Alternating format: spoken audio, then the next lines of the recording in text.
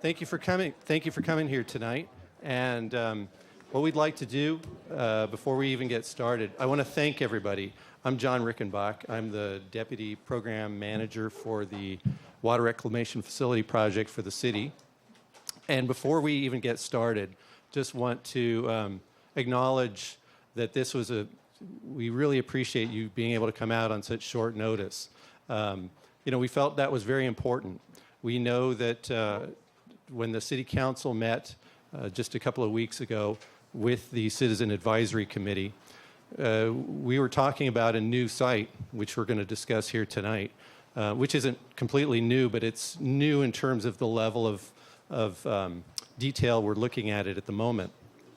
So we just wanted to acknowledge we wanted to get feedback as soon as we could on that, because we know that there's an upcoming Citizen Advisory Committee meeting and another City Council meeting coming up on March 1st and March 8th, respectively.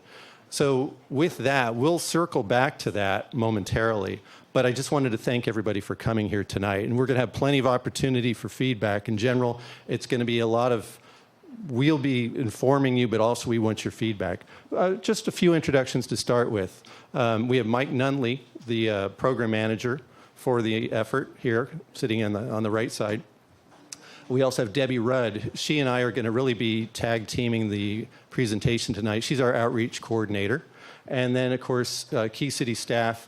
We've got David Buckingham, city manager in the back, and Rob Livick, Rick Sauerwein, and Bruce Keogh, who all have key roles in the public works and public services field for the city. I also want to acknowledge some city council members who are here tonight. If you want to raise your hand. And also Citizen Advisory Committee members here too. I know I saw at least a couple. So again, we've got a pretty good cross-section of folks here tonight to listen to your feedback and to hear the whole presentation. With that, I just want to let Debbie introduce a little bit what we're trying to accomplish here tonight. But in general, we'll lay out the program for you. We want to be through this in a couple of hours. I know we started a few minutes late. But we're here to answer your questions as we go along. There'll be plenty of opportunity for that. So I'd like to start off by, for a raise of hands of people who attended the last workshop, so I know how many new faces we have and how many people were here last time. So people who attended the last workshop? Okay, so we have a lot of new faces. This seems to be going in and out. Can you hear me? Yeah. So tonight, we're going to give a presentation, we're going to give you a lot of information, and then we're going to have a discussion so that we can hear from you what some of your concerns are and your issues are, if we haven't already captured those in some of these slides. We also, if you don't want to raise your hand and you don't want to speak, on the back of your agenda, there's another opportunity to give us feedback. So write your feedback on the back of the agenda and leave it with us. You can either leave it up here on this table or you can leave it, well, we had this sign-in table in the back, and we'll take all that information. That information gets collated and distributed to the council and to the Citizen Advisory Committee as well. So what are we going to do tonight? We're going to start with giving you an overview, some information. Why are we here? How did this process go? Why is the site changing from one location to the other? And then we're going to discuss some of the key issues that we've heard so far and some of the things that we've learned already about the Righetti Site. And then we're going to gather input from all of you and record that as we gather it. So John's going to start off with why are we even doing this project in the first place? And what are the city goals for the project? And where are we in the process right now? Okay, thank you, Debbie. Yeah, I think it's really important before we even start talking about this or any other site, especially for the benefit of you folks who may not have been attending all of the workshops in the process over the last few years, to get you up to speed a little bit about where we are and to let you know we're in the middle of a process. We're not at the end by any means. But let's start with why are we doing this in the first place? What we're talking about is replacing the city's existing wastewater treatment plant. It's 62 years old, out of date, and it frankly doesn't work all that well. And the city's been looking to do something about that for several years. The current site's in a floodplain. It's near the beach. And One of the important aspects here is that the Coastal Commission, at the beginning of 2013, said, no, you can't use that site anymore. And so the idea since then, and actually before then, was to consider other possible sites. And that's really where the effort has been focused to date at this point. Now, let's talk about what we're talking about. The wastewater plant that's there right now is literally a wastewater treatment plant. It's an older plant. What we're talking about is a newer, modern facility that does a lot of things. And these are goals that were developed through the community and adopted by the City Council in 2013 and 14. I'll briefly go through them. The idea is to produce high-quality water that comes out of the wastewater. So that's called tertiary disinfected water. Make it as cost-effective as possible to reuse that water. And by reusing it, meaning literally augmenting the city's water supply in one form or another. We still have to figure out exactly how we would use that water, but it's an important part of the process. Is we don't want to waste water if we can. That's why we're calling it a water reclamation facility. Then there's other goals that may or may not be achievable in this, but goals nonetheless about composting or energy recovery, treating for contaminants of emerging concern, meaning very high-level waste, medical waste, things that normally wastewater treatment plants don't deal with very effectively. Also want to consider the possibility of using a site that could meet other city goals, including potentially a corporation yard, which is like a parking area for city vehicles. We don't know about that yet, but these are goals that have been established. And one of the most important goals is ensuring that whatever we do, it's compatible with neighboring land uses, which is why we're here tonight. So let's talk about that a little bit. And of course, the overarching goal is the idea to get this moving as fast as possible with the goal of doing this, having it operational in 5 years. And the reason for that being we've got an old plant and it's not working very well. And the Regional Water Quality Control Board has told us you've got to do something about that. So again, if you boil it down, we want to produce high quality water, reclaim that water as much as possible for other uses, and do it cost effectively. So where are we in this process? Let's back up a little bit to how we've gotten here. The City Council established those goals we just talked about there at the end of 2013, so 2.5 years ago, a little over 2 years ago. And that was based in part, and at the same time, we had been looking very closely at a number of sites all around the city, 17 sites actually, which through a report, we narrowed those down to about 7 based on a lot of factors, land use compatibility, biology, how effective it would be, how costly it might be, and a number of factors. And at the end of the day, the council said, okay, there's 3 areas we want to look at in more detail. And one of them was the Morrow Valley in general, because the Morrow Valley, meaning the Highway 41 corridor, is closest to where the city's wells are. It's also the closest to where reclamation opportunities for agriculture might be. It's also close enough to the city to not be so expensive if it had to be built anywhere. So that was identified as a preferred location in general. And within that, we really looked at 2 sites. One was the Righetti Site, which we're talking about tonight, and the other was called the Rancho Colina Site. We'll talk about that in a minute. But at that time, the Rancho Colina Site was seen as the preferred site. So from that, there's a number of things, and this slide is really up just to say there's been a number of things that have gone on since that time, looking at the possibility of acquiring the sites, how that might work.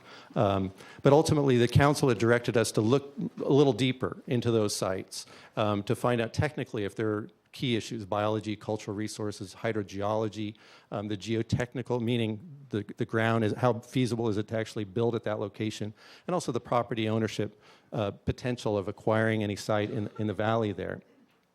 Leading us ultimately, and we've gone through those steps, and ultimately that's why we're here tonight. That's an overview. This slide really is trying to illustrate we've done a lot of outreach to get to this point, including interviews and workshops 3 years ago, and more recently than that, several reports, site analysis, technical studies, and so forth. So where we're coming from right now, there's a lot of information behind it. We can only scratch the surface here tonight. I also want to let you know, and we'll let you know at the end of this, all this information is on the city's website now.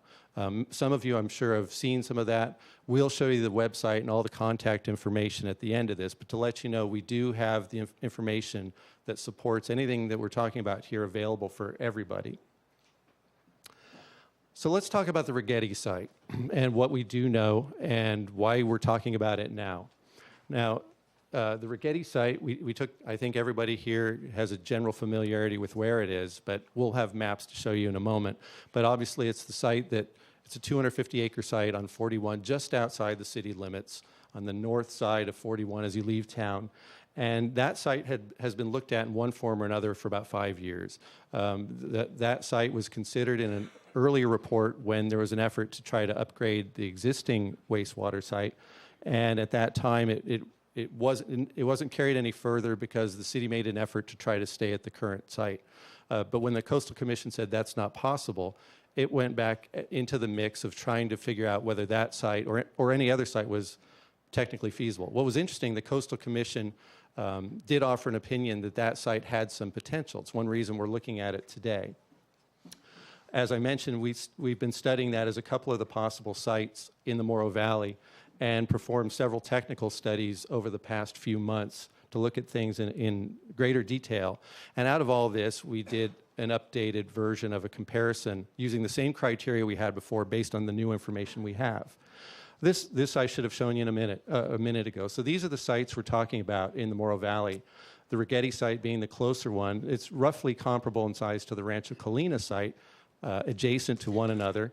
And obviously the Righetti site is just on the other side of the hill from the Nutmeg neighborhood and the city limit right there. Rancho Colina is a little bit farther out, and you can see there's a little notch in the Rancho Colina site where the Rancho Colina neighborhood is. In fact, I know many of you from the neighborhood in the city, but is there anyone here who lives in the Rancho Colina neighborhood? So several of you do. So this is good information for you, and would have been good and we'll be talking about the Rancho Colina site indirectly too, so this will be useful information for either site for you.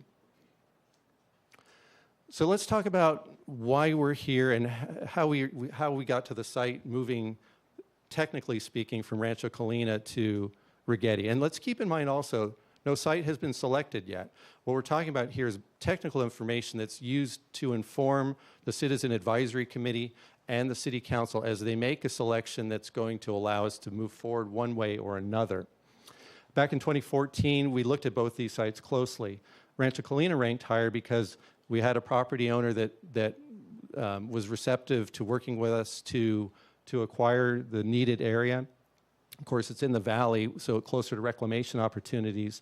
That site is previously disturbed in one location where there's actually an existing wastewater site that serves that community nearby. And so by putting in a new site there was a lot of possibilities. The Righetti site in our report, which also considered other sites, was a very close second, so both could have worked. Since the council directed us to look closer at those sites, so we did a biological resource, cultural resource investigation, hydrogeology study, that is to say, to see how the underground is, whether there's the potential for putting water into the ground, and a geotechnical investigation. What would it take to actually build a facility at one of these locations, and how hard is the ground conducive to that? And we looked at both sites closely. And what we found is both would work, technically speaking, but there's challenges at each one that affect design. There was another new piece of information at that time. In working closely with the Rancho Colina, we call it the Rancho Colina property. It's the McIlvaine property. Mr. McIlvaine owns the site. And in working with he and his family, we determined that while there's the potential to go to that site, we'd have limitations on using that site. There'd be a smaller area we could use. And also, the property owner is not, would rather keep it very limited in terms of the things we would do on that site relative to wastewater treatment, water treatment. And that's okay, but those are constraints that we would have to work with. On the Righetti site, the property became for sale and available to the city, and the city has secured an option to buy it. The city hasn't bought it in the event we go forward at that location. So there is the potential to have more flexibility from the city's standpoint, knowing, however, that there's neighbors nearby, knowing that if we would go to that location, that a design would have to consider how something would go there at all. I want to show you specifically where we're talking about on these properties. The area, the large rectangle, sort of trapezoid, or rectangle sort of, to the left is the Righetti Site. The larger one in the middle is the Rancho Colina site, meaning the property. They're both large properties, 200 odd acres in both cases. And the ovals in each case are where any facilities would likely be focused, because you can't just build a facility anywhere up on the hillside or up against the houses. We know there's a lot of constraints, but we also know there's better areas than some. You need flatter areas, you need lower areas, you need areas that have enough land around and not so close to where neighbors are. So that yellow oval there is where we had originally been looking relative to the Rancho Colina site. The yellow oval there is where now we would have to focus on the Rancho Colina site based on how the property owner has been working with the city and where we would have to locate facilities. That's obviously a little bit closer to the neighborhood to the west. It's also a little bit up on a hill. It's a little more visually prominent, and the ground isn't quite as good for building things. The oval down here is the area within the Righetti site where the development makes the most sense, if anywhere. And then generally speaking, coincides with where the old ranch house and barn and structures are right now, more or less. The flatter lower area down there at the bottom. This is the same photo, just sort of blown up. So you get a sense of the proximity of that area to the neighborhoods, both to the east and to the west. So we'll come back to this, but that's the focus of where we're at right now. We haven't designed anything. We haven't done anything but to consider the possibilities. Now, we've looked at these issues in the updated report, and now in the same kind of report, same criteria we had looked at before, and now Righetti ranks a little bit higher than Rancho Colina for a few reasons. One is the potential control of the city of that site. It's easily more accessible in terms of acquiring it, and it's also, there's more flexibility. There's no acreage limitations and such, other than what would be constraints relative to the neighborhood's proximity and other physical constraints related to slope, to elevation, to biology, and a number of factors. It's also a lot closer to the city. So that means you'd have to construct a lot less pipeline to get wastewater to and from the site, and that relates to cost. Roughly speaking, probably on the order of $2 million less in pipeline construction costs, more or less. Of course, there's a lot of issues related to visual as well, and it is, from Highway 41, less visually prominent because you're a little bit lower down relative to Rancho Colina, where you're a little bit higher up. But then there's the considerations of who lives nearby, and we'll talk about that in a bit. That report, by the way, that I'm referring to is on the city's website at that address, easily found by going to the city's website. And that's the cover of the report. Now let's talk about issues that relate directly to Righetti.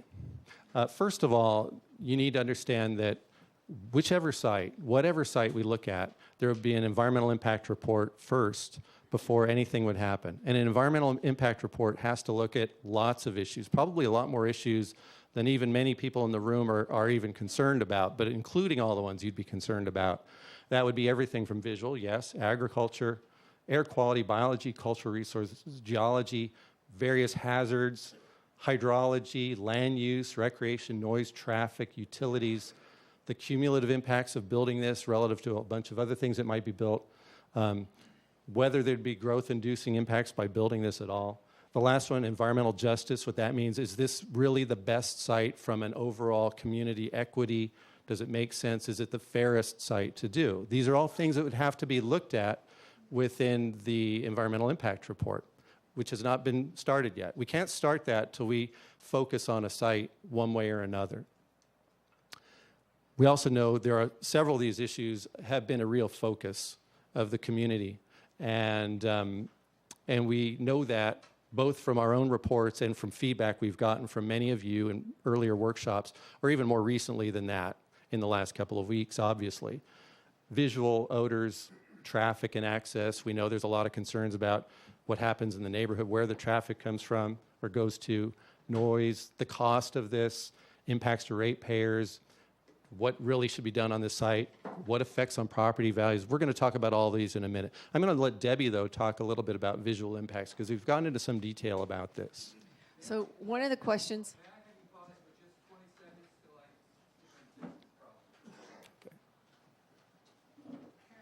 Can you guys hear me okay out of this one? Because visually, we can see you perfectly. Good. Do you want to stand here? Yeah, I think so. Okay. That one doesn't seem to be working well. Do you want to use this?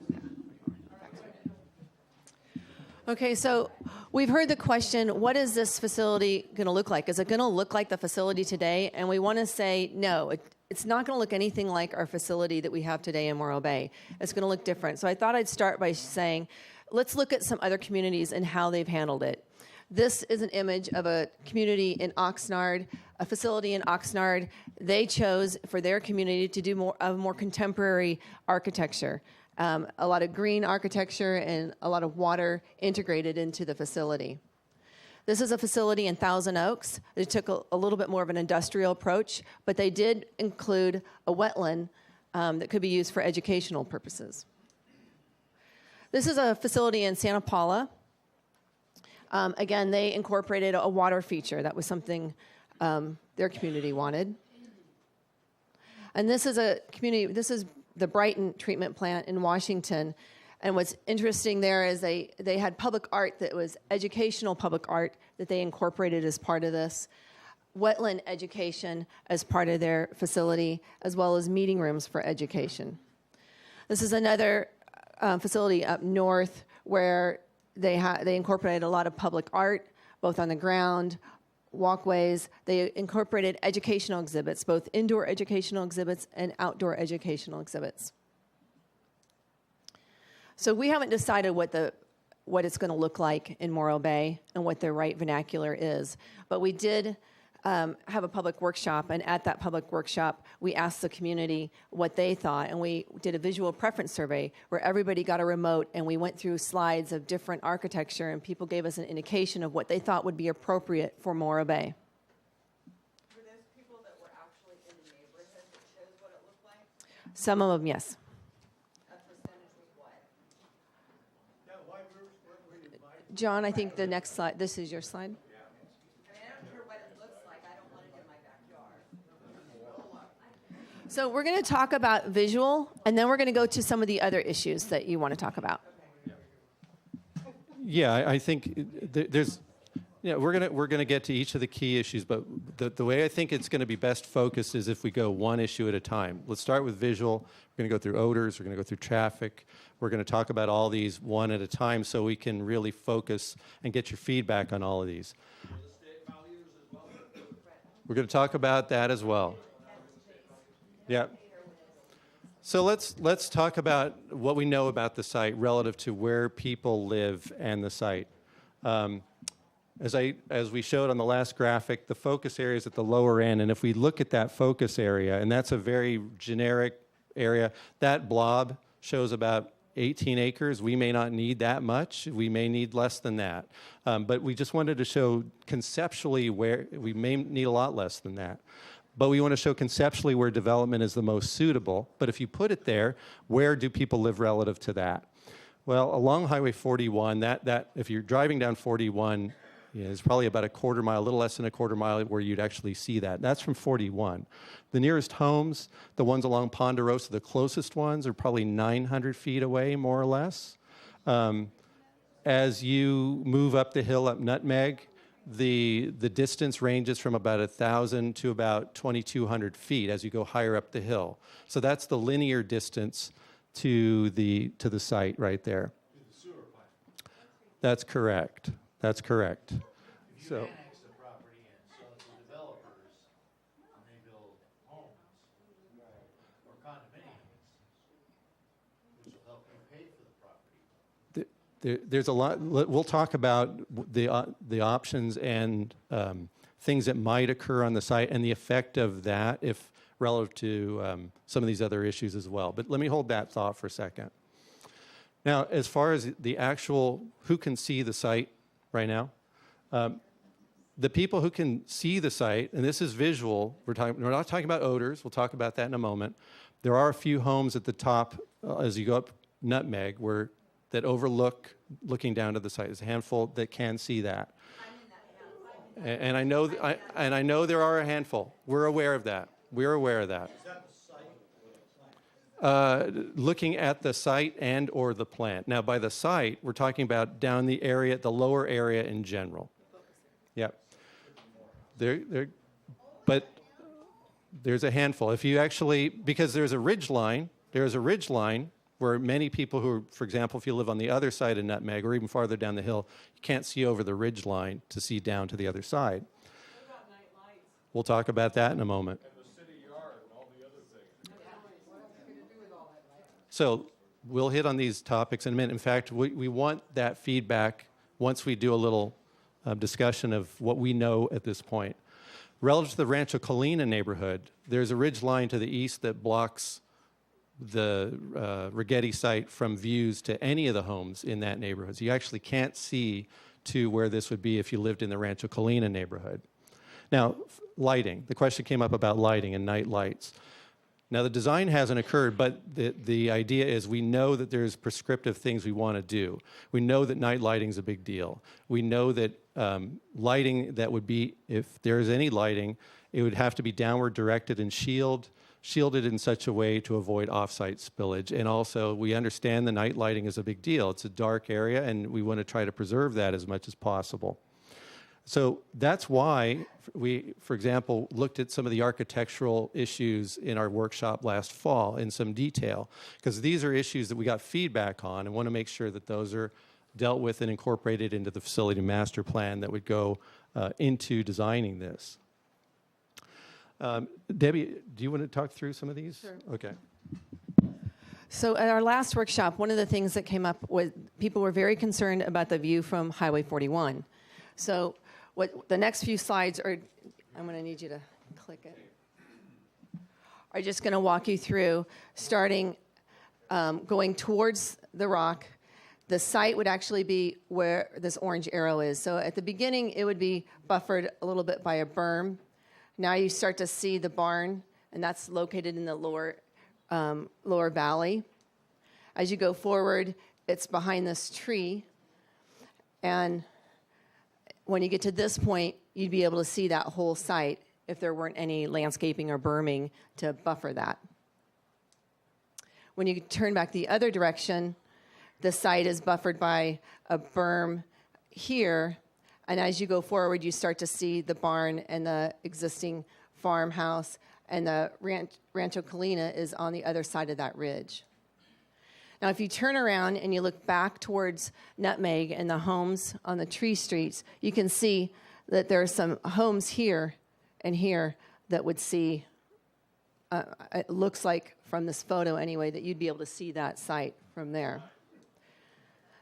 Here's a closer up view of those homes. And then on this one, you can see that there are a few more homes down in this area that might be able to see over that ridge to this valley. It's 2,200 feet. That's less than half a mile That's true. of neighborhood to put a sewage plant. Less than Okay, so before we start talking about that, I want to give you a little bit. We're going to get there. We're going to get there. But if everybody starts yelling out their concerns and we don't have a controlled way to kind of record it, I want to be able to write down your concerns. So before we get there, I want to give you an idea of what happened at the last workshop and some of the concerns that came out and the preferences that came out at that last workshop. So this is the workshop that we talked about how it's going to look.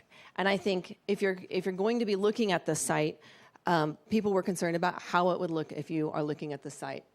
So architectural character, people like the idea of an agrarian-style architecture, so it really fits in.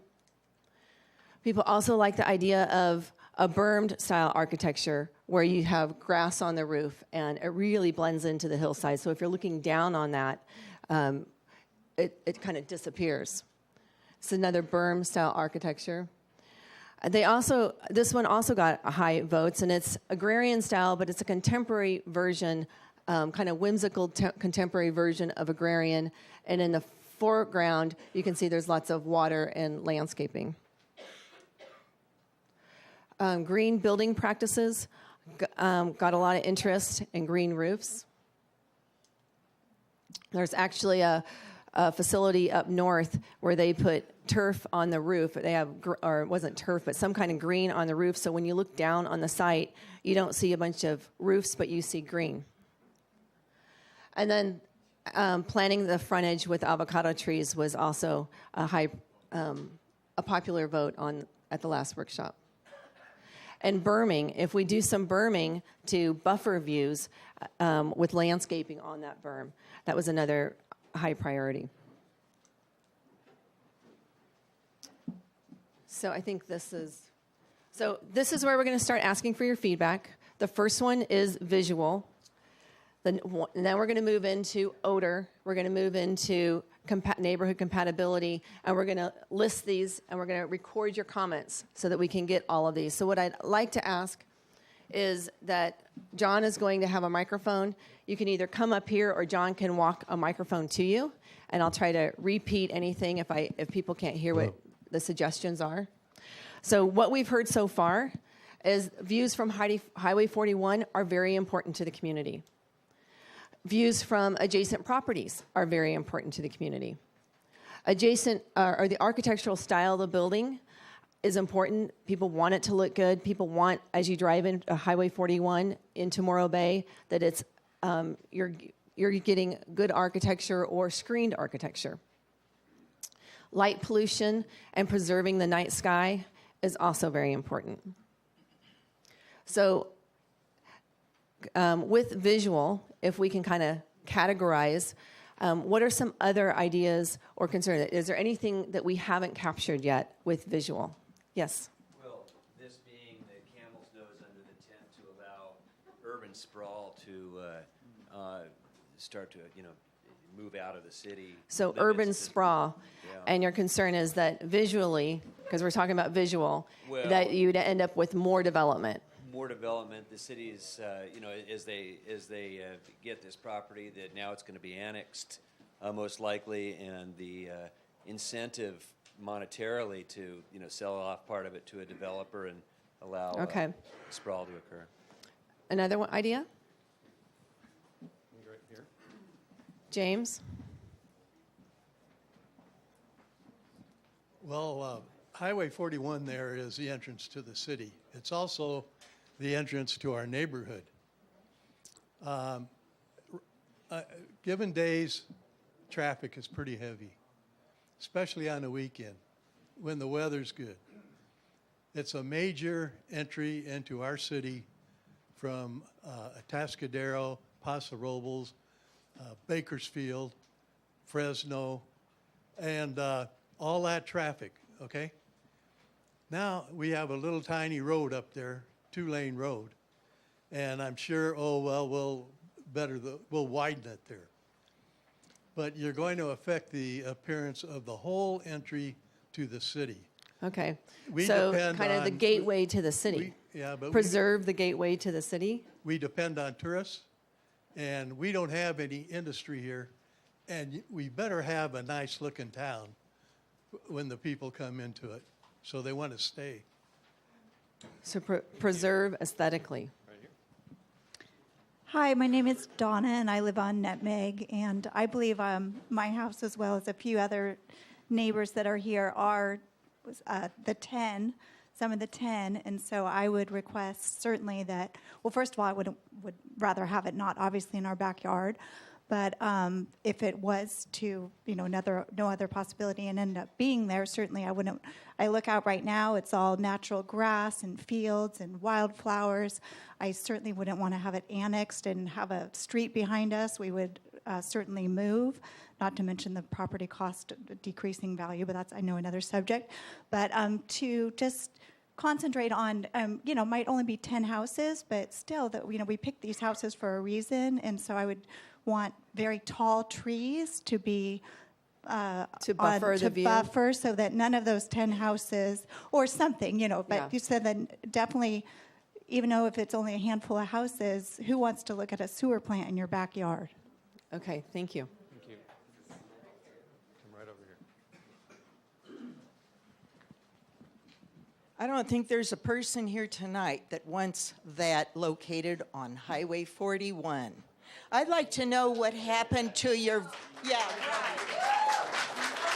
right. Nobody wants it on Highway 41. Okay, And so I'd right like now to we're talking know- about visually. So I all would right. like to know what happened to the idea of locating it out there at CMC where there's plenty of land. There's a 4-lane divided Okay. road with stoplights, Let's- plenty of room. Get the prisoners to help out. You know what? This That's a is just good question, and I think we two-lane wanna answer road. that. It's very narrow. And you know what? When there's an accident on Highway 101, all the traffic has to come over on Highway 41. And then you throw in 3 times a day the high school kids at breakfast. I mean, when the school starts in the morning, at lunch, and when they leave. The roads are all tied up. 41's tied up. Main Street is tied up. 1 is tied up. The exit ramps are tied up. And now you want to put these even more traffic? That is the dumbest idea I've ever heard. Yeah.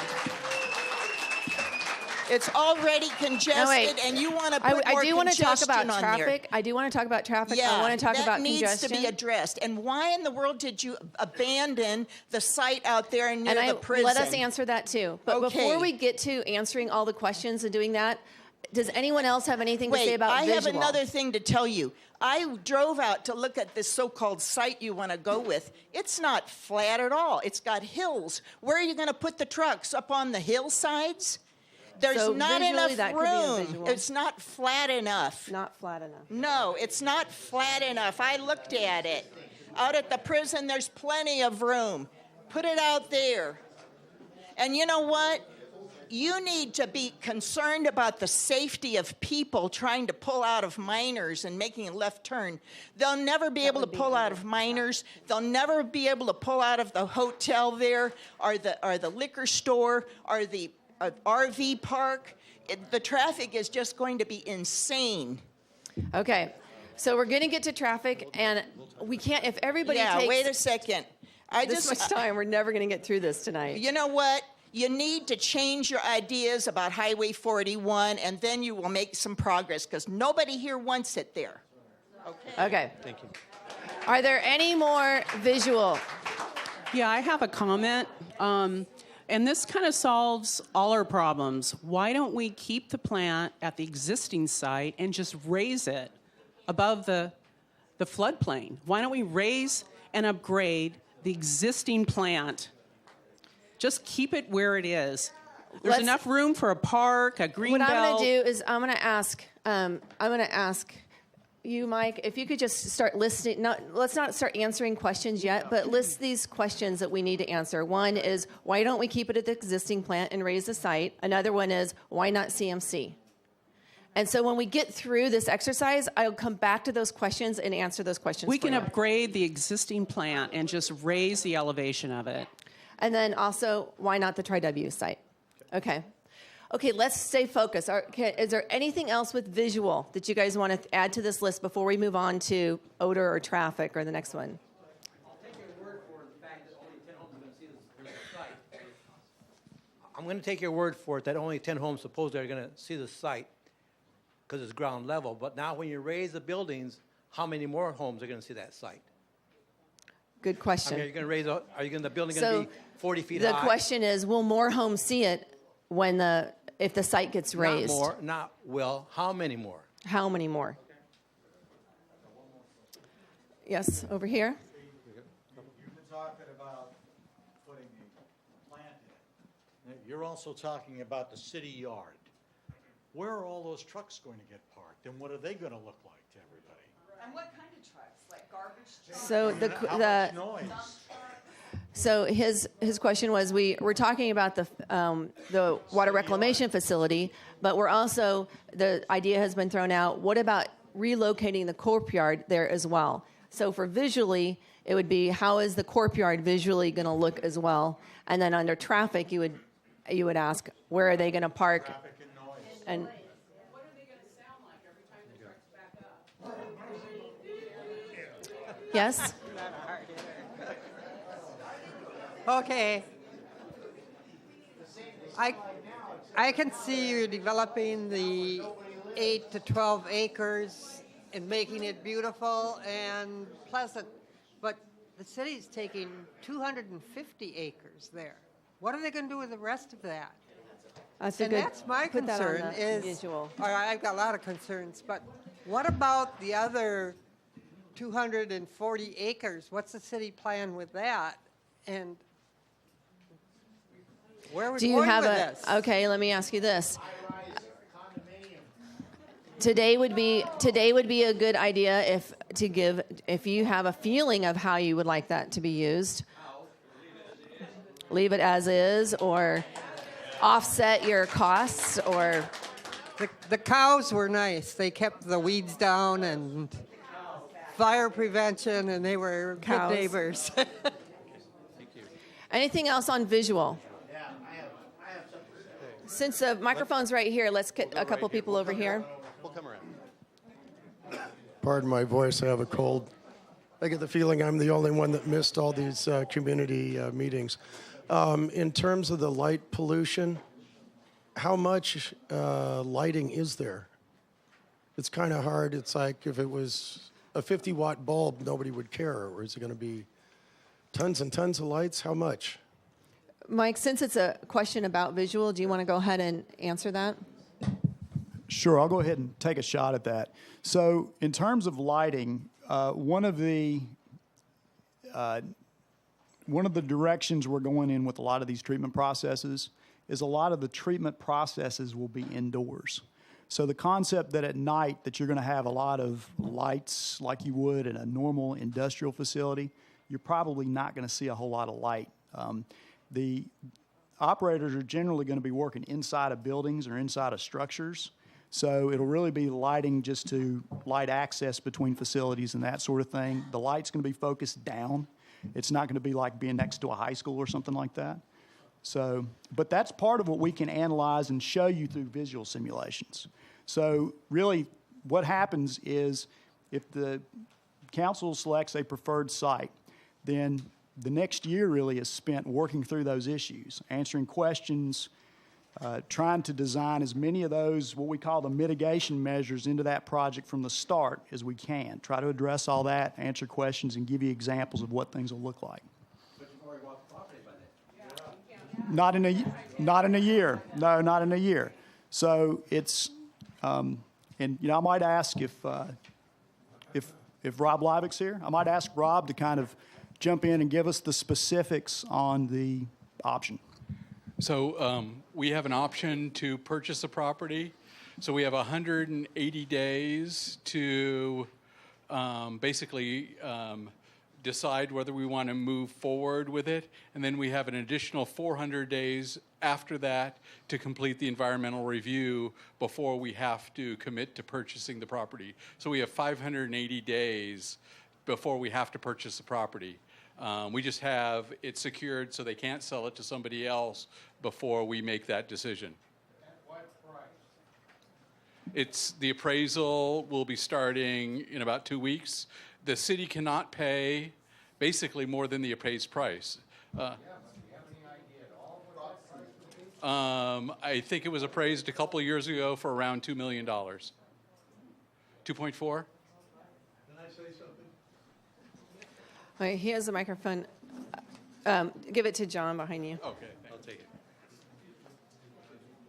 And I'll come back in a moment. Here. Okay. Thank you. Yes, right now you're building the case because you want to go to Righetti. We know what you want to do. Hey, the Coalinga, that's out of the picture. Why do you even talk about that? We need to see what the options are against another property. Right. Against, right.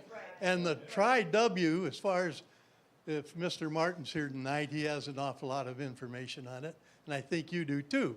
But you people refuse to go out there and look at it. What's the matter?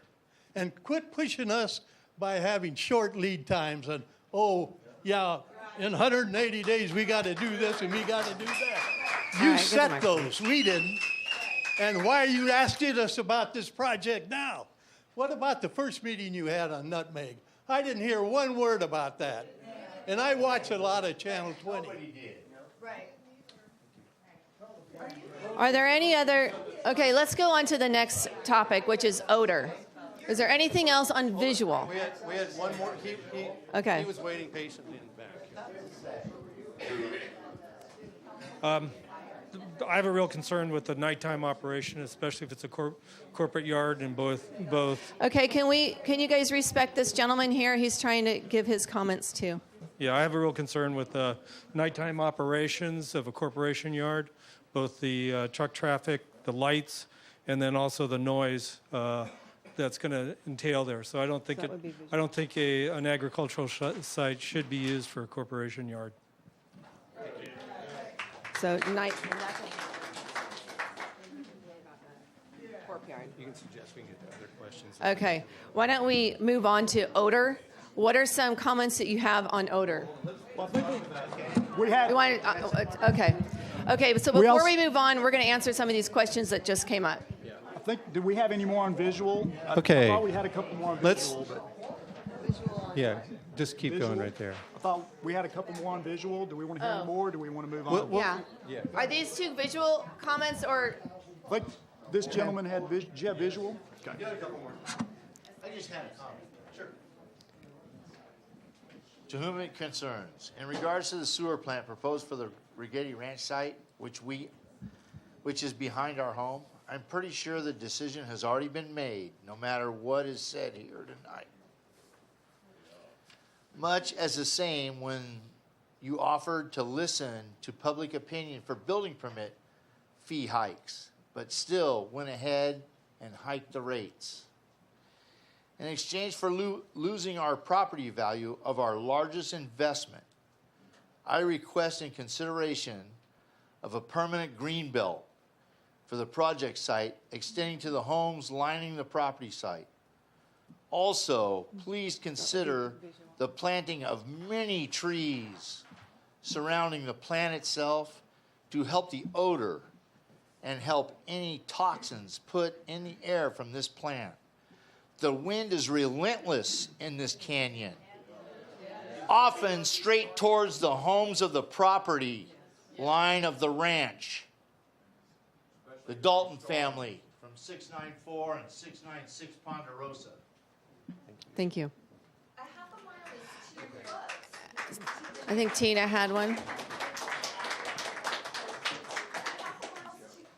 I just have a concern also about the Righetti site is steep. There's only a very small portion that is flat.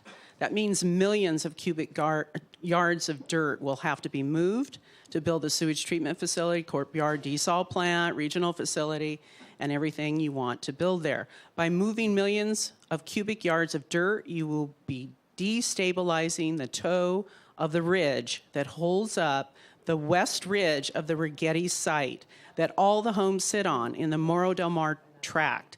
Do you want to destabilize the ridge that all of the homes sit on? That's a visual issue in addition to everything else. So that is a very serious issue. So I can put that under visual, but I think I should put it under safety because it seems like it was, I can put it either way, wherever you want it, but the slopes destabilizing, if he writes slopes. The toe of the ridge collapses. So if we look at appraisals on our house and the property values decrease, is the city going to pay us back? Yeah. I mean, it's like Okay, do you have another comment on visual before we move on? Sort of. I live on Lower Nutmeg, and you tell me you're going to build a sewer plant 900 feet from my house? Has there ever been a sewer plant built that close to a house before? The answer to that is yes. In a high. and where is that?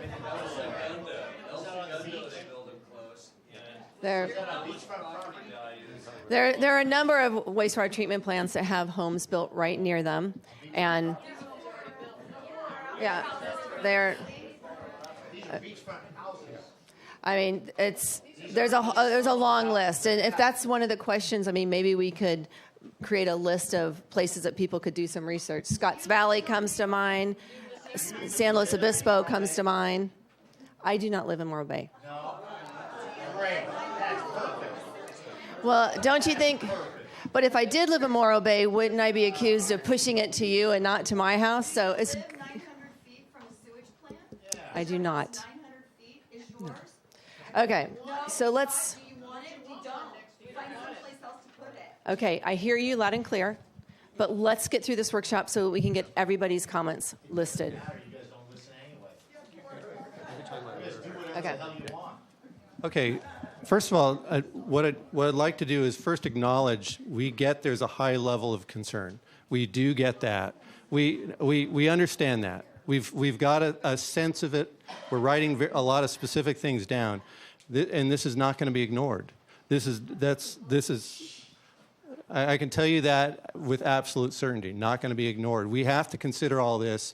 It all goes into the ultimate decision. It's a tough decision that the council would have to make. They could go here or somewhere else or decide, let's study things more or talk with you more. There are a lot of things that could happen.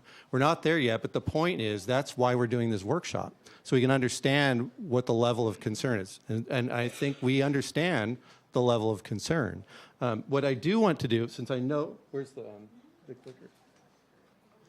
We do know there's a whole lot more questions.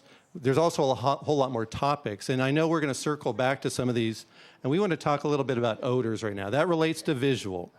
And of course, obviously, odors are a big concern. I think conceptually, we know that's a big concern. We know that's a big concern not only because you've said it, we also know from our own research and other wastewater plants all around the country, it's a big concern to everybody. The question really is, to what extent, there's two issues that relates to that. How close are you to the homes, or to the plant? And of course, wind direction to some extent. But the other part of it is, well, the fact is the winds go back and forth. It's very true that the winds will go in any direction, and theoretically, more than theoretically, the fact that the wind goes in different directions, we have to address the issues from a design standpoint. The idea of anything, we wouldn't just count on the wind direction to make things okay. So we're not thinking that way. But we do know it's an important thing to design the facility, and modern facilities can be designed so, as Mike points out, a lot of the processes are enclosed, they're indoors, they're covered, and there's a lot of technologies that can be applied as far as addressing the odors. But we do understand that's a major concern of yours. We do know that there's a lot of variance and drilling deeper into that, and as I say, the environmental impact report's going to have to look at these issues in greater depth. What we want to know is, at this point, knowing that we know you're concerned because you're close, and because of the wind direction, and because odors are odors, and nobody likes to live near a wastewater plant, are there things you can expand upon that beyond what we already know relative to odors? And here you can take this on. Grab the mic. Yeah. We'll get to it. I live on Nutmeg. For people that live right along there, and also across the street and down the hill. Say the winds, if you know how wind and weather goes, okay, that's a valley you're going to build in the bottom of. And the winds come all the way from Bakersfield, and they come real fast. They come down, from Atascadero, and they come down, and they're hard. And they pick up, in the dry season, we get a lot of dust, and it all comes. My concern is, not only are we going to get dust, we're going to get fecal matter that's going to be in the wind, and it's going to be blowing over us, and it goes right through my house and over and down the hill, because that's the way air flows. It's a half a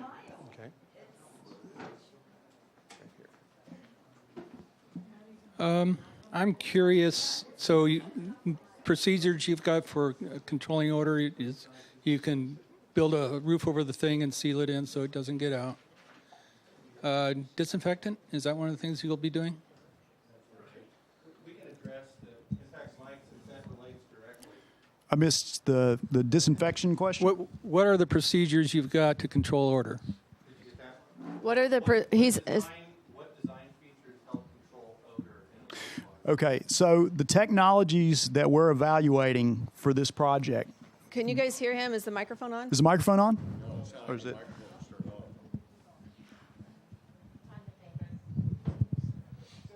There we go. All right. Okay, is that better? Yeah. Okay, the technologies that we're looking at for this project are all going to be, one of the goals right up front was neighborhood friendly. We knew we were going to be relatively close to houses. All the technologies we're looking at are small footprint, completely contained processes. There are not going to be open water surfaces. There are not going to be outside sludge drying beds. There's not going to be any of that. These are going to be contained buildings. The solids handling systems will be contained. Everything will be covered. And how we vent in a wastewater plant is we collect all the air with a vacuum and we run it through a scrubbing system. And there's no odor that comes off of that. So, excuse me? Yes, that's correct. Wait, one follow-up, and I'll get to your other question. What's the backup method you'll have to control if there's a release? The backup method if there's a release. Yeah. Well, there will be a redundancy with the odor control. So if you have, let's say if you've collected all these gases and you've treated them through a biofilter, if that biofilter goes down, we're going to have a second one. So there will be redundancy with those odor control processes. Good evening, Bill Martini. Yeah, I think on odor control, this is an extremely important issue. Mm-hmm. And there is technology out there that will totally be odor-free. There's a perk plant down in Santa Paula that it's totally odor-free. So, I mean, the technology is there, and it does have a small footprint. The current wastewater treatment plant has been there 40, 50, 60 years. It's next to the high school. My wife went to school there 20, 30, 40 years ago. I'm not sure. I'm not going to tell enough. You don't want to get too specific there, Bill. That's why I drifted. And the bottom line is that plant has been, where it exists now, it's been an extreme odor plant, problem for the RV park and the high school and everyone else. And that's part of, if you do a state-of-the-art plant, it will be odor-free. But the second thing I was going to bring up is there are actually other sites in town that would be further from the public. I've talked about the Tri-W site. It's totally out of sight from any neighborhood. It's also inside the city limits. It's more rolling property. Has access from 3 directions, a roundabout, and other ones. So that, and then secondly, Cayucas has selected a site of Toro Creek, which is also an excellent site. And so it doesn't make sense. Either Cayucas should rejoin up with Morro Bay, or Morro Bay might consider the Cayucas site, because it's twice as cheap to build regional. And then secondly, the operational costs of a plant, you're doubling the cost of of your plant. And this particular plant costs $800,000 a year to run. You build 2 plants side by side and they'll cost virtually double that. So sooner or later, Cayucas and Morro Bay should join up, and their site is excellent. Tri-W is excellent. It's not saying that Righetti won't work, but I think there's other options out there that should also be considered. I just really hope that you don't abandon the CMC location. I think that is ideal. There's plenty of land, no odor issues, no nothing. We've got a divided 4-lane highway, stop lights, go lights. There's plenty of space for expansion when it's needed in the future if the city grows in that direction. It's so backwards thinking to try to locate this on Highway 41, a narrow 2-lane road. I mean, why don't you, if that's the way you're going to think, why don't you locate it on a 1-lane road and put everybody through that?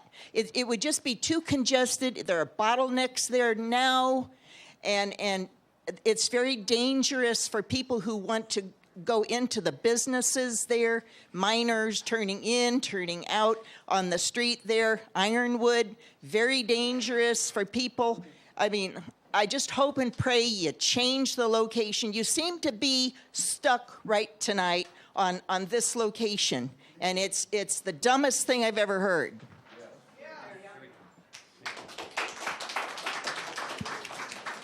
You know, it's kind of a tale of two cities, and I spent a lot of time over in Catalina, and they have a plant over there that runs on fresh water and salt water, and the pipe comes right by my mother-in-law's house. Anyway, the thing is, it was leaking, so I had to go to the plant there, and the first thing, I've been to some other sewer plants, there was no odor. And I said, well, how come there isn't any odor? You know, and the technician told me, he says, well, hell, this plant takes salt water, it takes fresh water, and he says, if you put shit in salt water, it doesn't smell.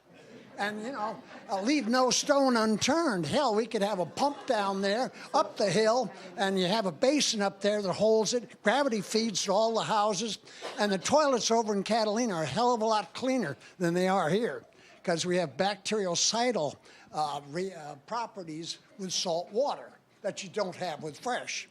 And that sewer plant didn't have an odor one. And they had two young kids, about 18 years old, running the thing. And they do a wonderful job. And, you know, Catalina relies on tourism. They got to have, you know, the toilets, all the tourists. That's the only money they got. But they make a ton of money off the tourists. Okay, But thank you. anyway, leave no stone unturned. Put some salt water in there. It keeps the toilets cleaner. Thank you.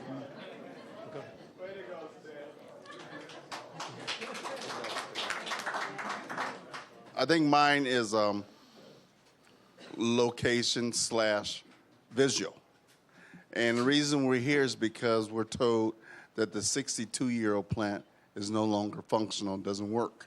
This isn't a rocket scientist's recommendation, but what about the idea of tearing it down and building a new one right where the old one exists?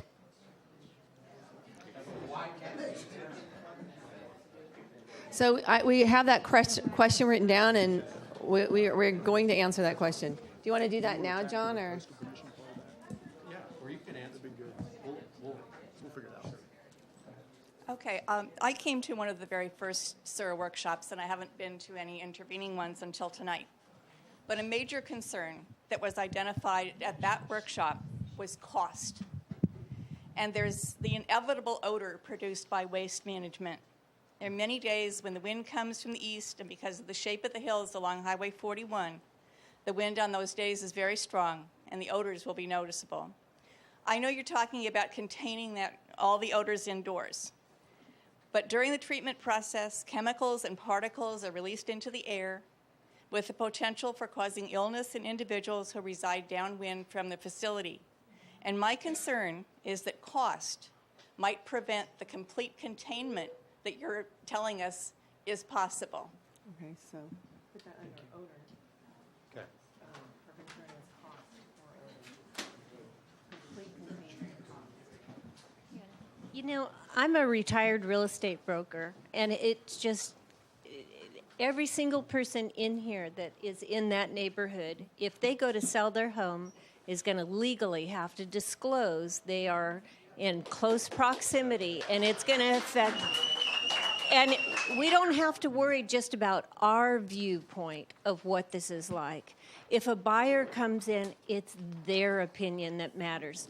They're not going to get to come to these meetings. They're going to say, I'm not going to pay that kind of money and know that I'm going to live right by a sewer plant. And to me, just even spending the city's money to research this when there's so much vacant property around, other viable locations like has been brought up by several people.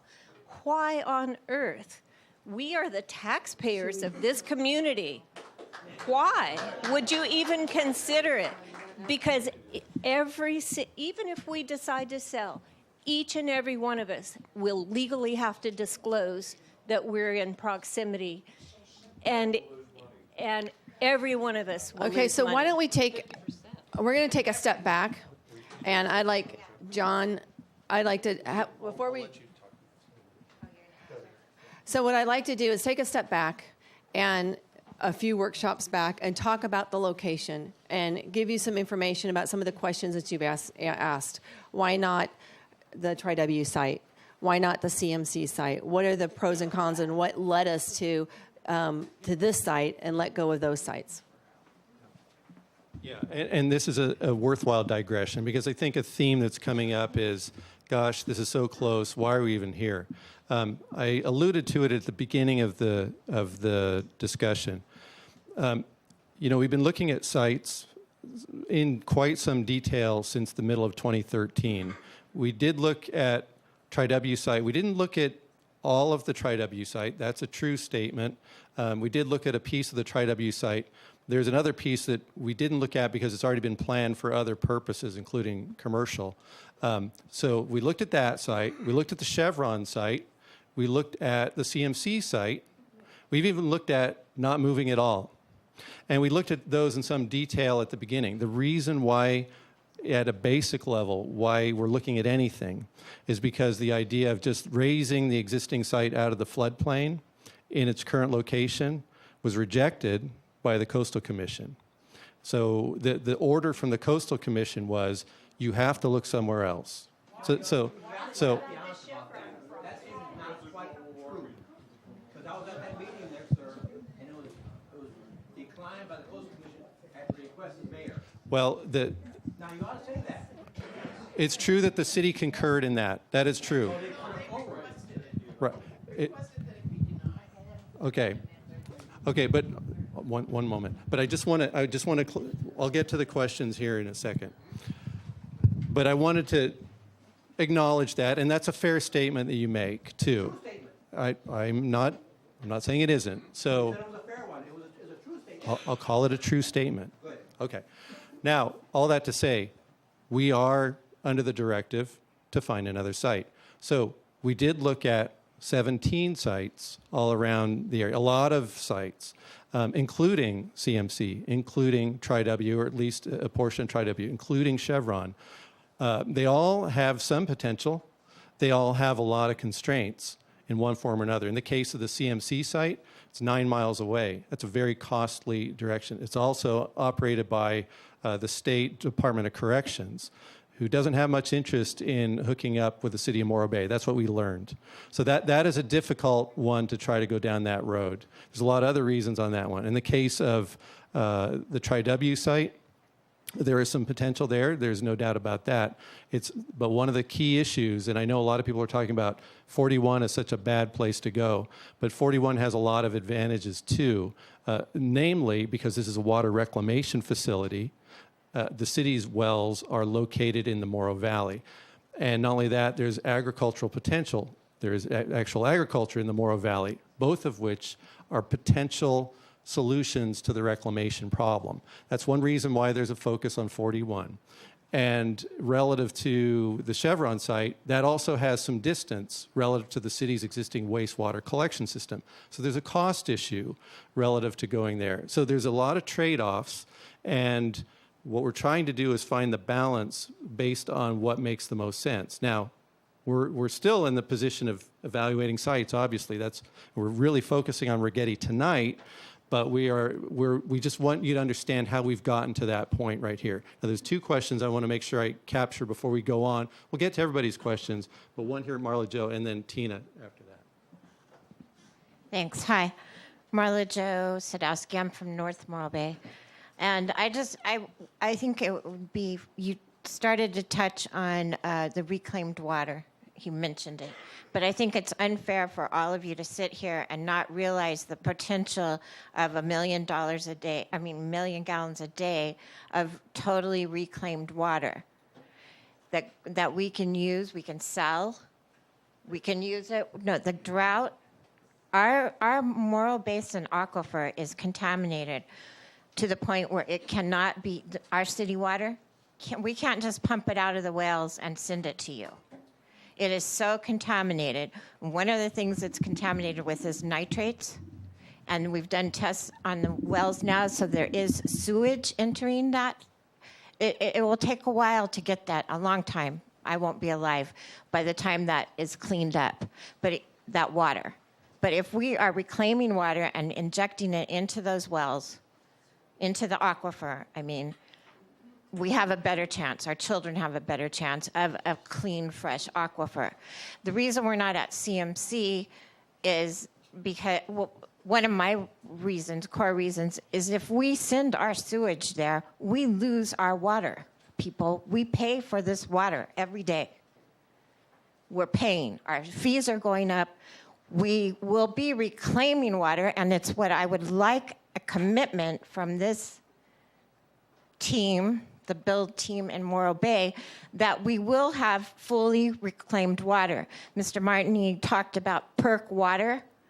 They can go in and do a whole plant right from the beginning to have it reclaimed, to have a full reclamation.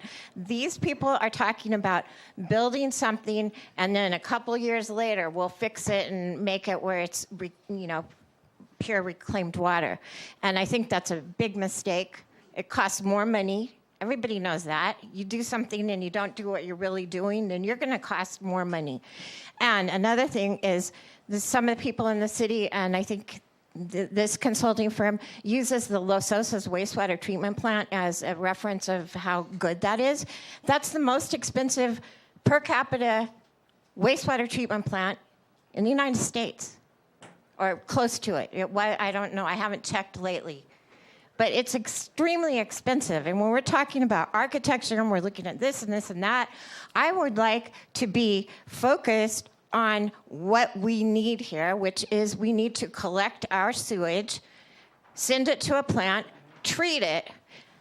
There is technology that can do that in one shot and no odor, okay? There is technology, but I can't get a commitment from these people that we're going to use that kind of technology. And I think it's unfair to everybody in this room not to fully understand what we're talking about here. We're talking about value in water. Thank you. And so to capture that point that you were just trying to make, what you're asking for is to have the reclaimed water part of the facility to be built at the same time as the facility. So we can recoup the money and we can reuse the water. So reusing the water for the city is another one. Can we move on? Moving on, I'd like to comment on that last comment. We do not know, let's be truthful, we do not know that the Righetti Site has the percolation capacity to be entered into our freshwater wells. We do not know that yet. It's clay soil. It's a lot closer than Rancho Colina. Let's be honest here. Well, what is our recourse? What is our recourse if this is just a massive monster? What is our recourse? There are too many things we don't know. If we just use the existing site, upgrade it, raise the height of it. We don't have to, we own the property. There's no land use change. We have complete control over that property. There's room on the site for a greenbelt and a park. We own the cement plant property. We don't need approval permits from the county, LAFCO, Cayucas. There's 0 resident complaints. Pipe the reclaimed water to Chorro Valley to recharge our wells there. It is so simple and so much cheaper and so much more wise. Okay, so maybe one question we could talk about is the PERC. Yeah, so let me.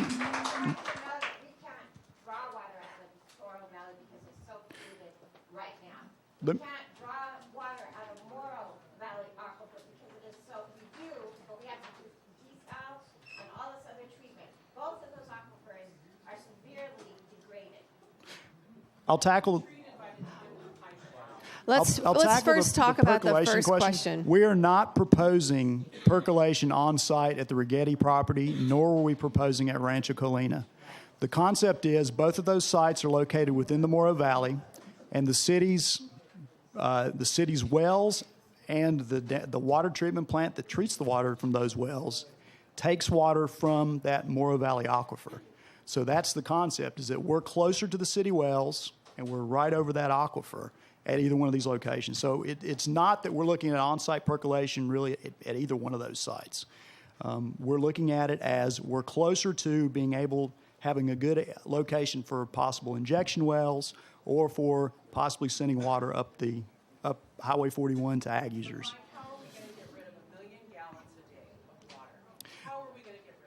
That's what we're working on. Fugro's been working on concepts for getting rid of that water and for getting it into the aquifer. So we're working on that. That's one of the reasons it's a two-phase program, is because it's going to take a while to work through a lot of those issues. It's going to take a while to work through the water rights and that level of coordination. So. Okay, then why are we moving so fast on this site? There are so many extremely massive questions. So the way that I'll tackle that is that our direction from council has been get the phase 1 facility, get the plant built in 5 years, because there are concerns with the existing plant that they don't want to keep investing money into the existing plant, knowing that they're going to wind up treating their effluent or treating their wastewater elsewhere. And so it's just a question of not continuing to invest more at the existing site. Regarding your questions on reuse of the existing site, so for the city developed, over years, they had 2 master planning efforts that looked at trying to flood-proof the existing plant, trying to keep everything where the existing plant is now and just upgrade there. They looked at possibly moving to a slightly higher area. Both of them still wound up with floodplain impacts, upstream flooding impacts on upstream flooding. One of the issues with Coastal Commission was just the general land use compatibility, the fact that it was on the coast and they just didn't want it on the coast, to put it simply. So there were those were a couple of issues. Yes. What year? Couldn't give you a year, but we will. We'll provide information. One of the things I want to try to do today is, yeah, one of. Yeah.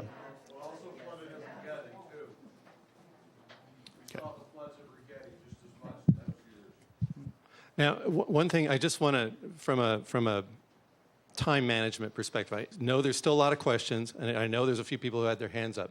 I also know we have a couple more issues we want to get through, and we can fold in some of the questions, even odor ones, as we go forward. But I just want to be able to discuss some of the other issues that I know that are very important. We've hit on them already, and I just want to bring up the traffic issue right now, because I know it's a common and key concern that a lot of people have. Right now, we know, for example, Highway 41 carries about 7,000 or 8,000 trips per day. Those are Caltrans figures as of 2014. And 7,000 to 8,000 trips per day produces some degree of noise. It also is traffic, no doubt about that. Now, what's true about a wastewater facility or water reclamation facility, it doesn't produce very much traffic once it's operational. The key issue that traffic is going to become an issue we have to look at in more details during the construction. How do you construct it? There are truck trips. There's a lot of earth movement. There's things that happen during the construction. We need to look at that in detail in the environmental impact report. We need to understand the plan that would address that. But once the plant is in place, the actual number of trips is just a function of the operators who are there and what needs to happen on a day-to-day basis.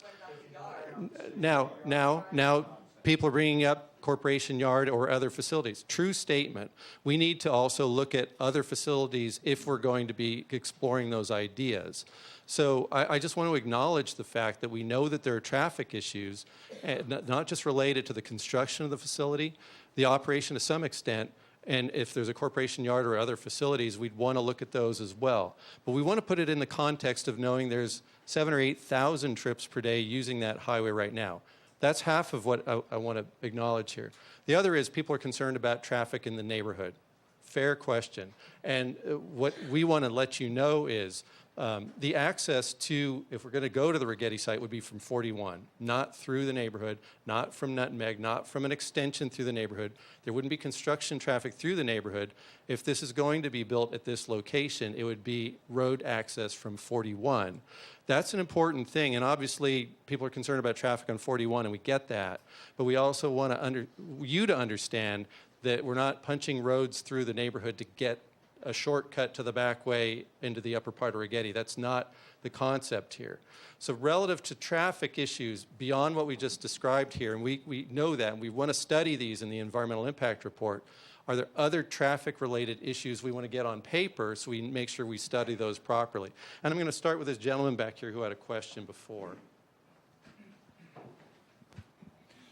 Well, gosh, I brought 10 pages. I thought I'd be the only one speaking tonight. My name's Dave Zevely. I live at 1886 Ironwood Avenue. I know Highway 41 very well. I've lived there 3 years now. It's very busy. I've seen near-miss incidents very regularly. It's disconcerting that we have more traffic than we need on that road than already exists. So that's what I wanted to talk about for traffic. But I want to get back to Debbie's question about real estate. Real estate, we all have skin in the game. And I'm very concerned about that because when you have a waste treatment facility, you've got stigmatized property. There's no way around it because people know where sewage comes from. We learn it, it's innate, it's built into us from kids on. We crack jokes about it. Don't nobody open up that bathroom door for 35, 45 minutes. You know, we all get a kick of, we all know that that's part of the equation in this facility. And right now, there's another thing that I want to talk about real briefly. Another thing is that we have 2 zones in this area, residential and agriculture. If you bring an industrial zone in there, it changes the the complexion of the entire neighborhood, the city, and our gateway. We all come down 41. We've seen the Rock. I love the Rock. I was born and raised in San Luis Obispo and came out here because I love the coast so much. So when you start saying, hey, in your neighborhood, you're going to change, I'm going to introduce an industrial zone, I have to get up and speak because I'm passionate about Morro Bay. I'm passionate about my neighborhood, and everybody here feels the same way. I'm certain of it. So please, don't choose that site.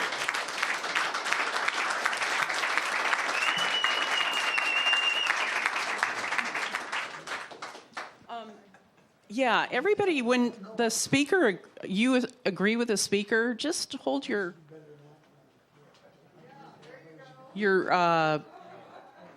flyer up so that it's real clear who feels what. And so I wanted to get back to the entrance, just to make clear. So you're going to have one point of access to this property. Is that what you're saying? One point of access? I don't think they're saying one point of access, but that all the access would be off of 41. I think until they actually have the site plan, they're not going to know if they're going to have 1 or 2 access points. That'll also require coordination with Caltrans. I mean, that's going to be it's going to be an issue we need to address. Yeah, that's going to change Highway 41, definitely. Cars go speeding through there at 60 miles an hour. Okay. I want to take one more question, and we'll take more. But what I'd like, I want to, and there's questions in the back. But what I think I'm going to do a little audible on the run right here, which is to say, before we take the remainder of the questions, I think we want to run through the rest of the issues. I'll take the one more up here, and then so everyone can kind of see the issues laid out, and then we can just sort of talk through, because I think people are talking on a number of issues at the same time. So let me take one more, and then walk through the rest of the issues. Thank you. I notice in your chart up here, you say there's 7,000 to 8,000 daily trips. How many trips are there going to be in 5 years when you open that baby up, or maybe later? Because I think the rate that it's growing and the traffic that I see on 41, especially the long line waiting to get through the Boulevard stop on Main Street, that traffic's going to, I don't know, maybe add 4,000 to it, maybe double it. I don't know. That's a good comment. Before I leave the topic of traffic, and that's a good question, what I think the implication of that question is, what's the future growth of Morro Bay, or the region for that matter? How is it going to affect traffic? We'll talk about that in a moment here, and I think that's a point we want to come back to. But let me just walk through the remaining questions, or the issue. I'm sorry about that. The remaining issues very briefly here. Go ahead, Debbie. You can. We know noise is an issue that people are concerned about. Right now, the primary source of noise in the area is Highway 41 from that traffic.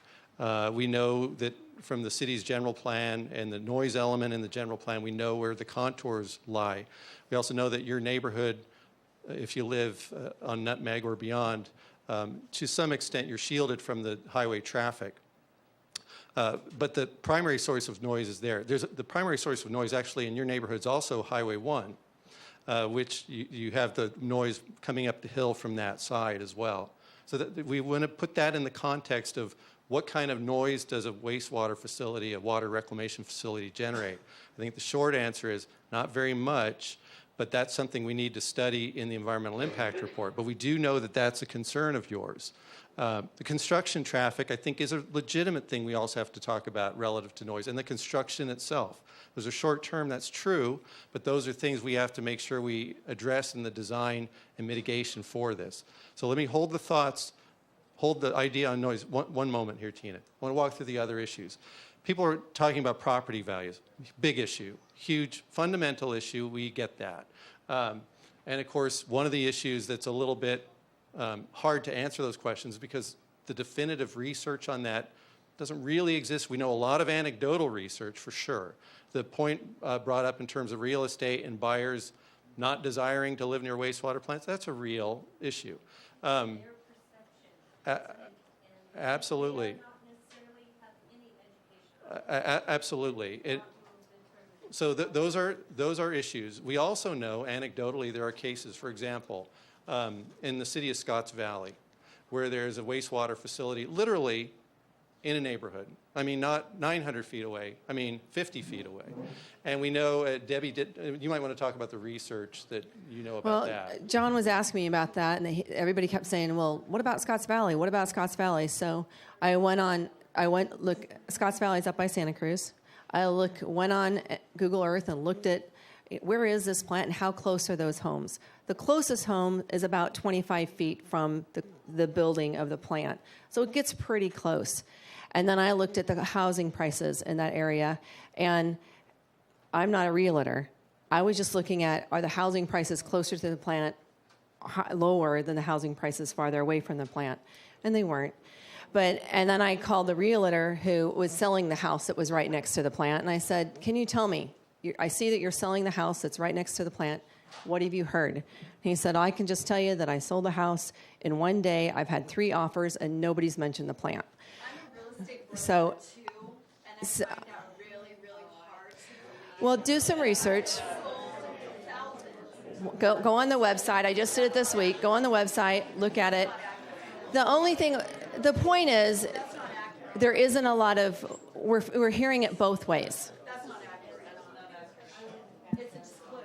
Okay. But it's also true, disclosure is part of it. And it's also true, that's one anecdote. That's Disclose it now. If I wanted to list my house tomorrow, I have to disclose it a material fact that this is even an issue.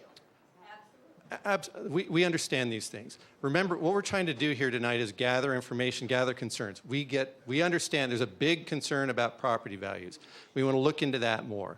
We also know that there's a lot of emotion and real issues. It hits your pocket. We get that.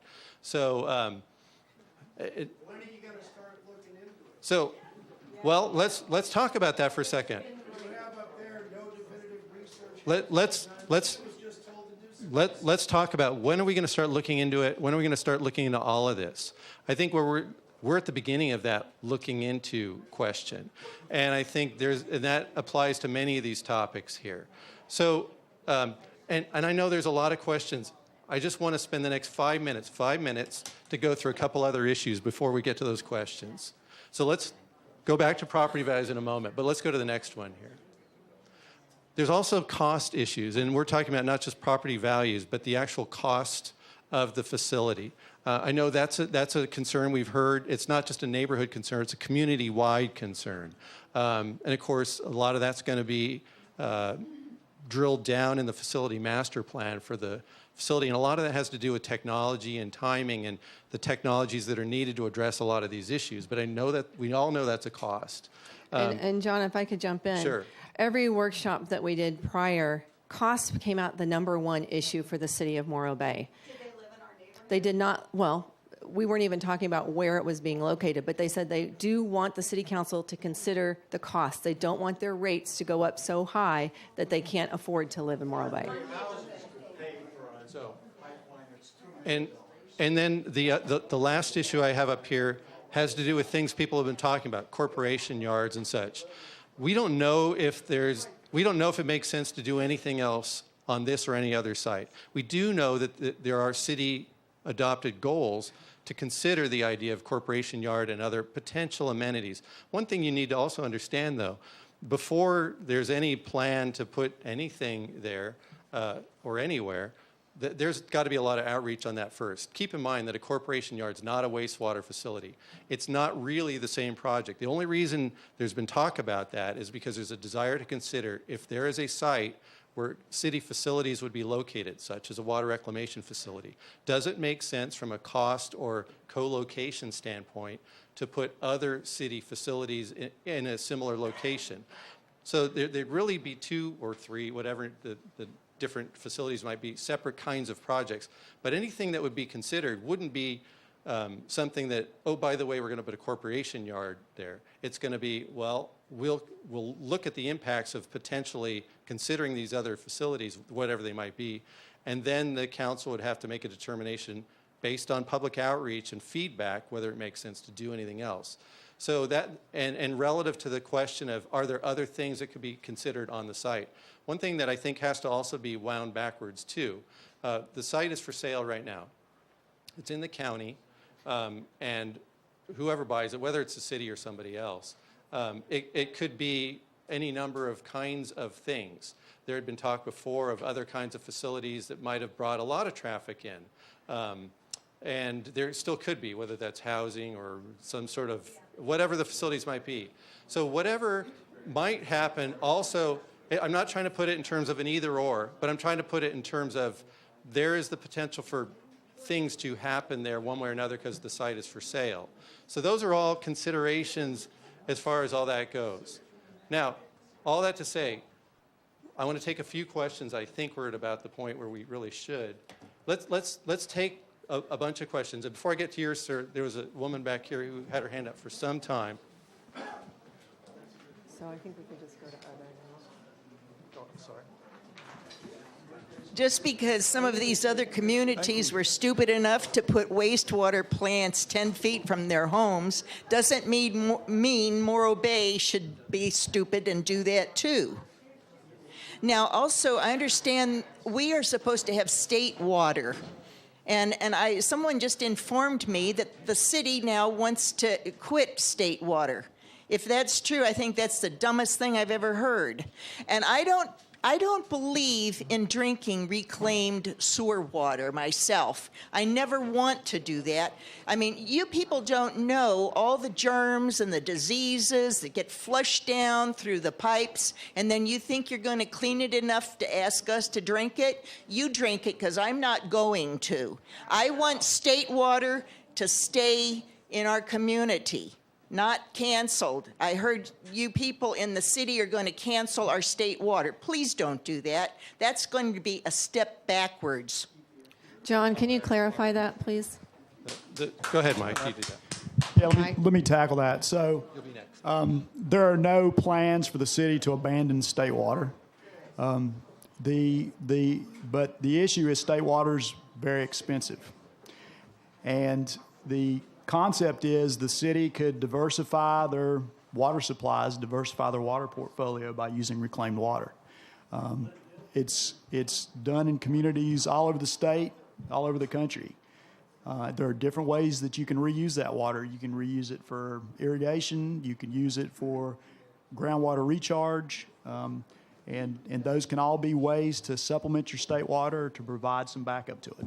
I want to get to a So- couple. Go ahead. I just want to tell people, I know a bunch of people just left. If you have other comments that you didn't get to say, please write it on the back of your agenda and leave it with us when you leave today. Right, and I want to get to a few speakers who haven't had a chance to ask any questions yet. Here we go. I'm Nancy Lindholm. I live up on Nutmeg. And I've only really heard about this project to the extent the use of the assessment of Righetti in the last week or so. So I have copied the 95 pages of the report John's referencing, comparing Rancho Colina and the Righetti. And it's, it's very frightening. It's very disturbing. What I would like to know tonight is I'm looking at those other two dates of March 1st and March 8th. And I think, what are those going to be? And should we not be postponing some of those meetings until we are convinced that you as a group would be looking at other sites and not just continuing to try to motivate us? I'm not getting the feeling that you're really wanting to look at any other site but Righetti. I think another gentleman mentioned that. And I'd like to hear a commitment tonight that you will back up and look at other places. Because this Nutmeg group and a lot of the neighbors are really, really agonizing over this. And we really would like to be heard. And just to address that, and we'll get to a couple questions. If you want to put the next slide up here. We want to talk about this. What's coming up on March 1st and March 8th, just to let people know. March 1st, the Water Reclamation Facility Citizen Advisory Committee will be meeting to discuss whether or not whether or not they should recommend Righetti as the site to the City Council. And on March 8th, the City Council will consider whether or not they should select that site, or what they may do is say, we need to study it more or get more feedback. We've got a lot of feedback, but maybe we need a whole lot more, maybe we don't. But that'll be a council decision. Relative to the question of whether we should be looking at other sites, I think the way that we're looking at it is we're taking direction from the council. So everything that we've done so far is you should look at this, or you should study multiple sites, or we should look at, there's a program that's being laid out that it's really, the council's listening to this, and those who aren't here will certainly have the benefit of hearing this. But this will all come into the deliberations on the 8th, and they'll decide which direction they want to go at that time. John, could you also explain to the community, since they haven't been at the previous workshops or most of them, who the WRF is, not individually, but Right. what their role is and how they've been involved and how often they meet, that kind of thing? Right, and I'll come to the back for other questions. But yeah, the Citizen Advisory Committee has been meeting regularly for better than a year or so, and there are 9 members of it, and they're all very smart people who are members who live in the community and have expertise in one way or another, whether it's financing, engineering, planning, environmental, and they've been advising the City Council, much in the way the Planning Commission advises the City Council on planning matters. This group has been advising, taking public input. And it's also very true, there has not been a lot of attendance at many of the meetings, at a lot of the Citizen Advisory Committee meetings over time. They've been advertised, but apparently there hasn't been a lot of traction to go to them. Now, all that to say, we're telling you, just so you know, the next one is on March 1st. And so that's on the city's website, and we'd encourage any or all of you to come so that you can hear, you can provide similar or different feedback at that time. How many of them live on Nutmeg Borough? Yeah, right. You guys have been doing this since 2013. Yeah. We're just hearing about it. So right. So I want to, well, hold on. I want to make sure I catch anybody first who has not asked a question yet, because we're running a little short on time. Well, I'll do you next right here. Is the pump plant that's going to pump the water up there, is it in a tsunami zone? The pump plant, the lift station? Yeah. It likely will be, because that's the lowest. Those are the lowest areas of town are where your sewer wastewater collection system is, and we need to tie into that wastewater collection system with the new pump station. Question. Yeah, I haven't heard anything about what happens to the old site. What happens when you do move it? What's the plan there? The question is what happens to the old site no matter where the new site is. I think that's one of the things that we're looking at to try to figure out as part of the long-range plan for this. Keep in mind that the old site is co-owned by the City of Morro Bay and Cayucas, so there would have to be, it's not a simple matter of just figuring out what to do with the old site, but that's something we're looking at very closely here. So I'll get to you, but there's a lady in the back who hasn't had a chance to say anything. Here you go. Thank you. I just want to talk for a second about that Scotts Valley site. I believe that was the wastewater treatment plant was put in there to build the community. That's why their property values are still good. It was specific for that. I have a concern that they talked at the last meeting about public benefits there, that they could put an access trail up on Nutmeg for residents to use and the impact that would have on our neighborhood. And also, if there are public benefits, you would take that number you gave for traffic and double that, because you would have all those people coming in and out with the corp yard, with the public benefits, whatever they might be using that. And trying to put a left turn lane in there, it's a very narrow section of 41. And people come into Morro Bay driving, should be 45 miles an hour, but we all live on Ponderosa in that traffic corridor. They drive much faster, and when you come into town, it's right around a bend, and you're going to put a turn lane in there. We all see the accidents at Miners and other areas, so you're going to intensify that right there. And there's nowhere else to go. That's a small footprint to make that turn lane in there. So the traffic is going to be a huge impact. It's not just going to be the 7,000 or 8,000 vehicles a day if you put supposed public benefits on this 200 plus acres to offset, the expense and uses. And also, one other thing is the city put a non-refundable deposit down on this, and I believe reading the report, they'll put another non-refundable deposit down to go towards a purchase. If we don't purchase it, we lose both deposits.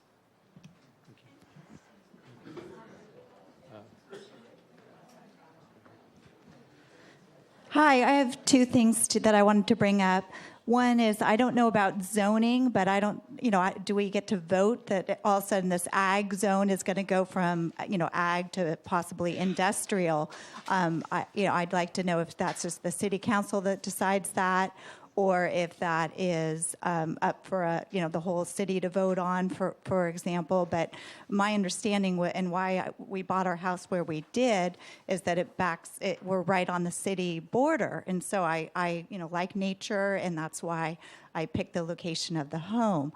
So I just have a question, and I really don't know much about zoning, but how does something go from ag to industrial? I'd like to know the process for that.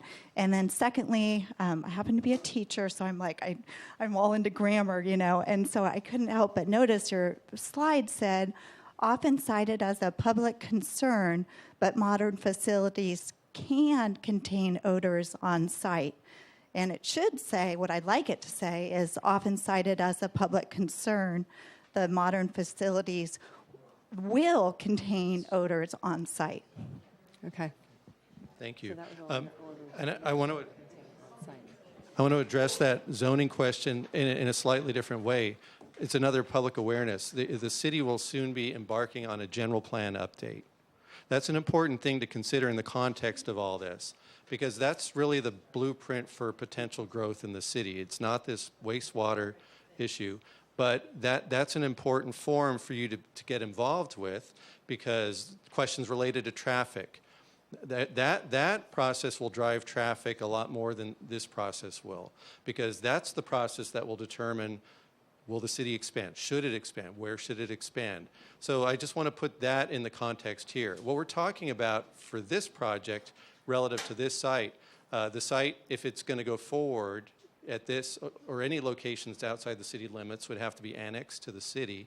And there's an organization called LAFCO. It's a state agency that has a local office in San Luis Obispo, where the city would have to apply to annex the site, and then you would have it zoned and designated within the city to what's appropriate for the use. There's a process for that, but that's how that works, just generally speaking. Here, I'll go ahead. Just a couple of things. One is, you know, the city gave away their right to influence in the county nearby up Highway 41. And why at the time, why did they do that? But they can still get there through the way you said.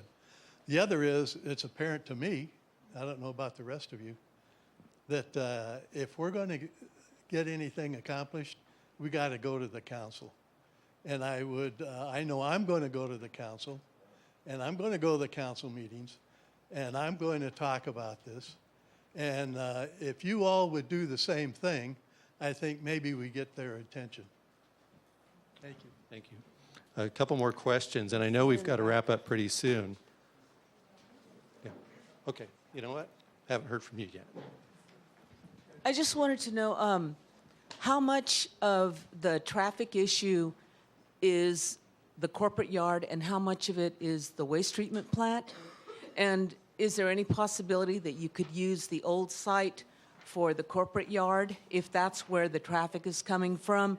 And then consider again the Kalina site, because it seemed like the desire for more land was to be able to fit all the amenities on there. But if you split the amenities up where you can afford to split them up, then you can go back to a smaller site, and that would reduce the impact on the nutmeg properties. That's just, I'm just wondering about that. How much of the traffic concern is the corporate yard versus the waste treatment plant? Sure. And that begs an overarching question. There's a lot of questions. How bad's the noise going to be? How bad's the traffic going to be? What's it going to look like? The vehicle for figuring that stuff out is the environmental impact report that's going to be started on whatever the plan might be at whatever location it might be. That doesn't mean and that's a process. That takes several months. It could be a year. You know, there's a process with a large public input process. And the whole point of that document is to study all these issues in great depth and then get feedback from the public. So, and then the process would prescribe mitigation that would have to go into the design of the facility. And that's a very rigorous process that we have not even begun yet. So let's keep that in mind too. So a lot of these questions we can't answer tonight. For example, how much traffic?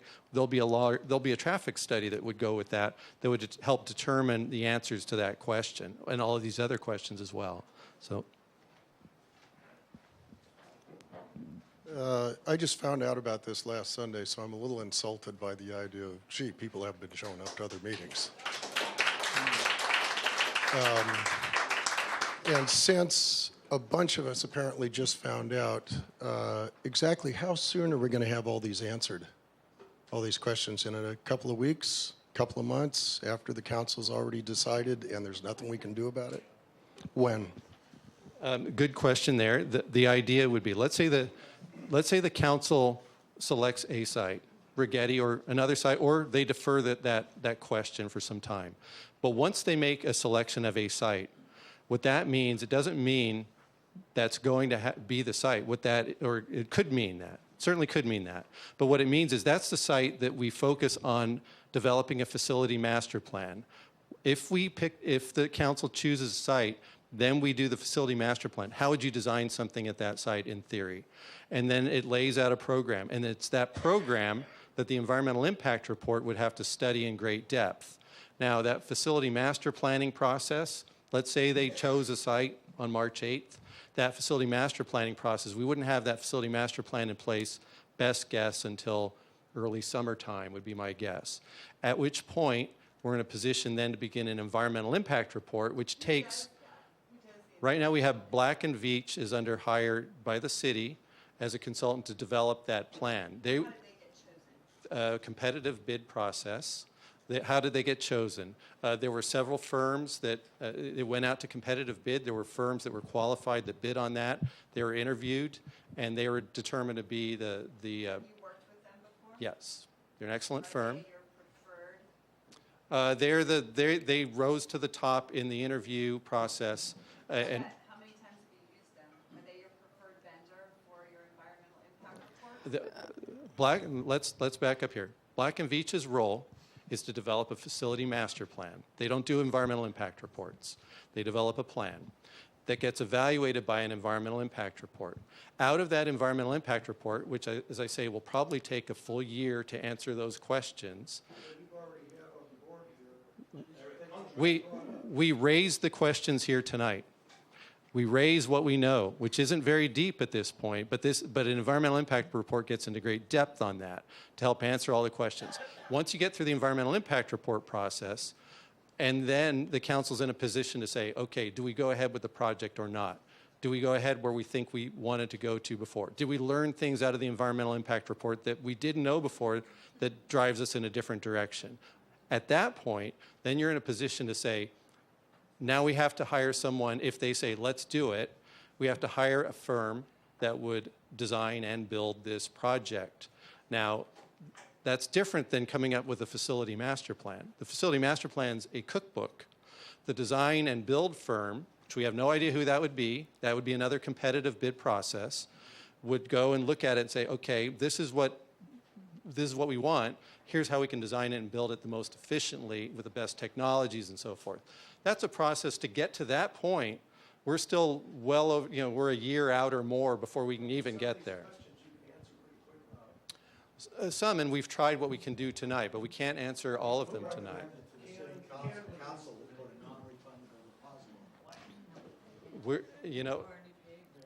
There's a lot of questions here, obviously, that are good questions at the council. We should be writing these questions down. So.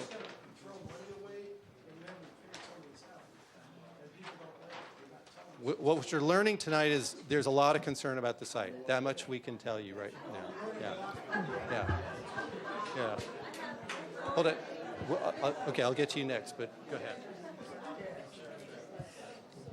I'm not sure if I'm correct, but it sounds to me like what happened was we had an unwilling seller at the end, which necessitated looking at another site.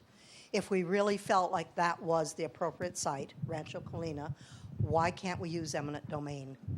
I mean, that's a process that is available to municipalities, and we should do that.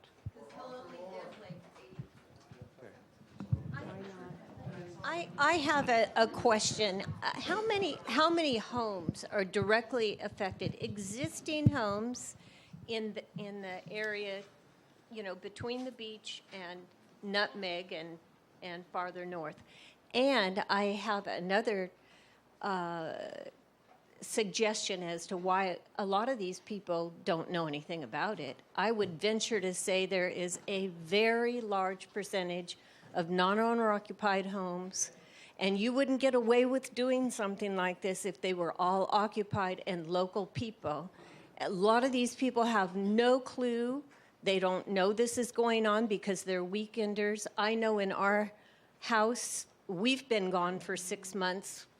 We won't go into that, but a number of the houses directly around us are vacant most of the time. We never got a notice in the mail. There's nothing.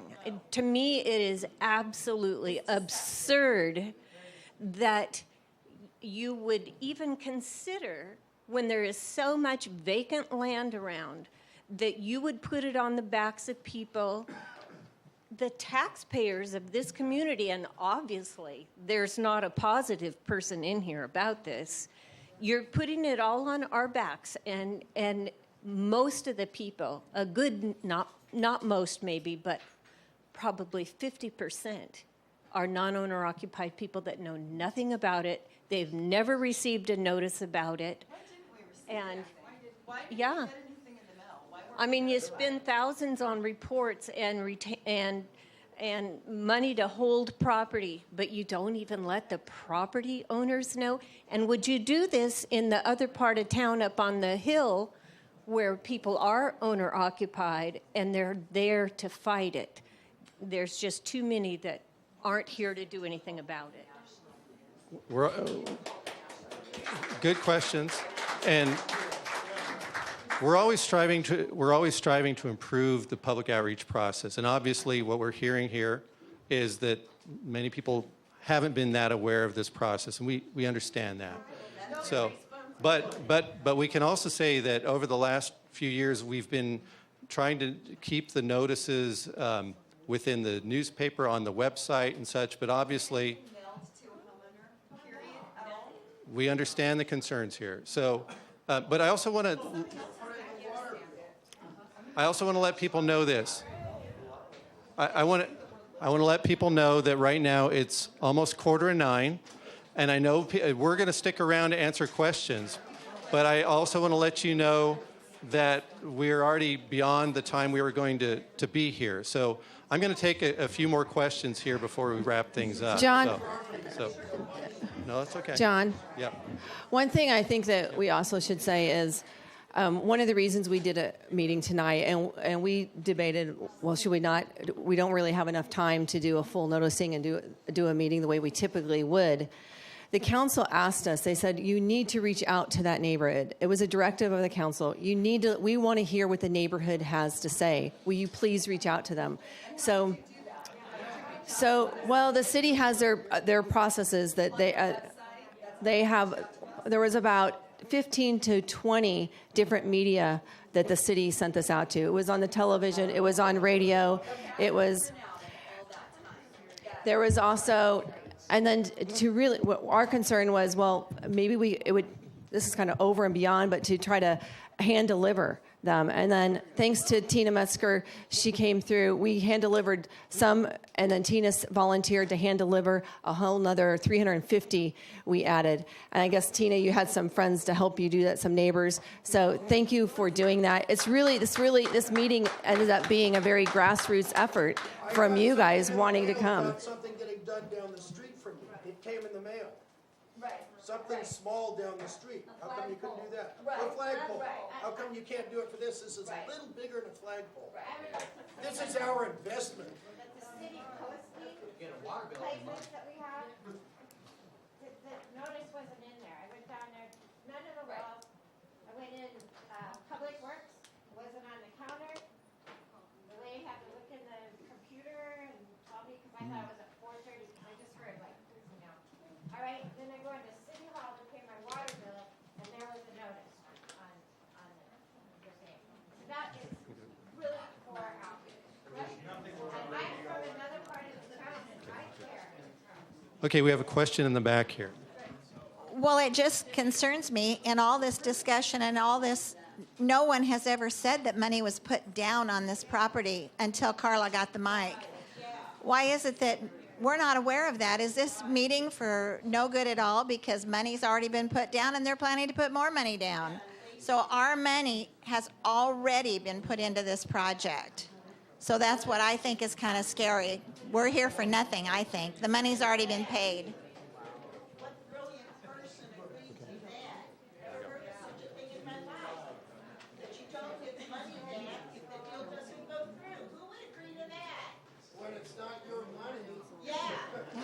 Okay, why is it there's... I'll give it back to you. Yeah, we have a question in the back here. We want to keep control of the mic and one speaker at a time here.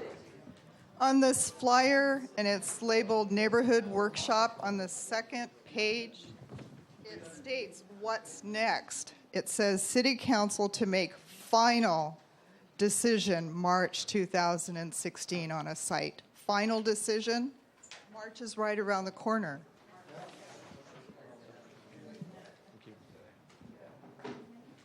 Yeah, Bill Martini again.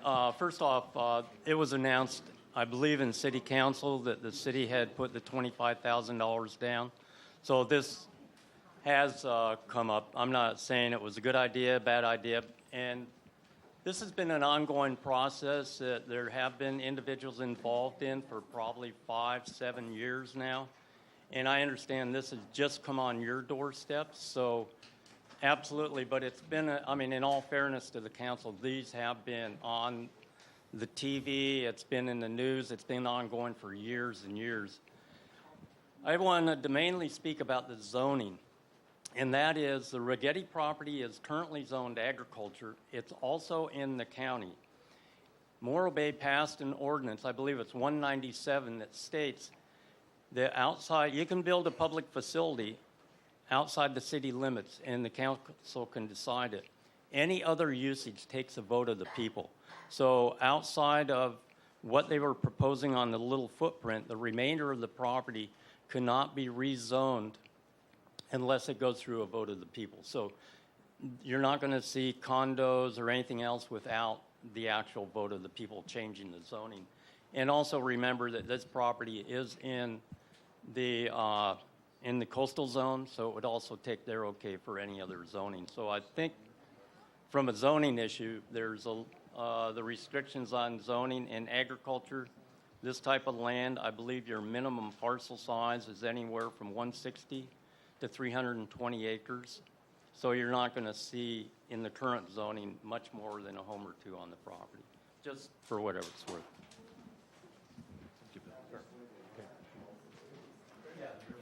Debbie, could you go back to the slide under costs? I think it was about 4 slides back. There we go.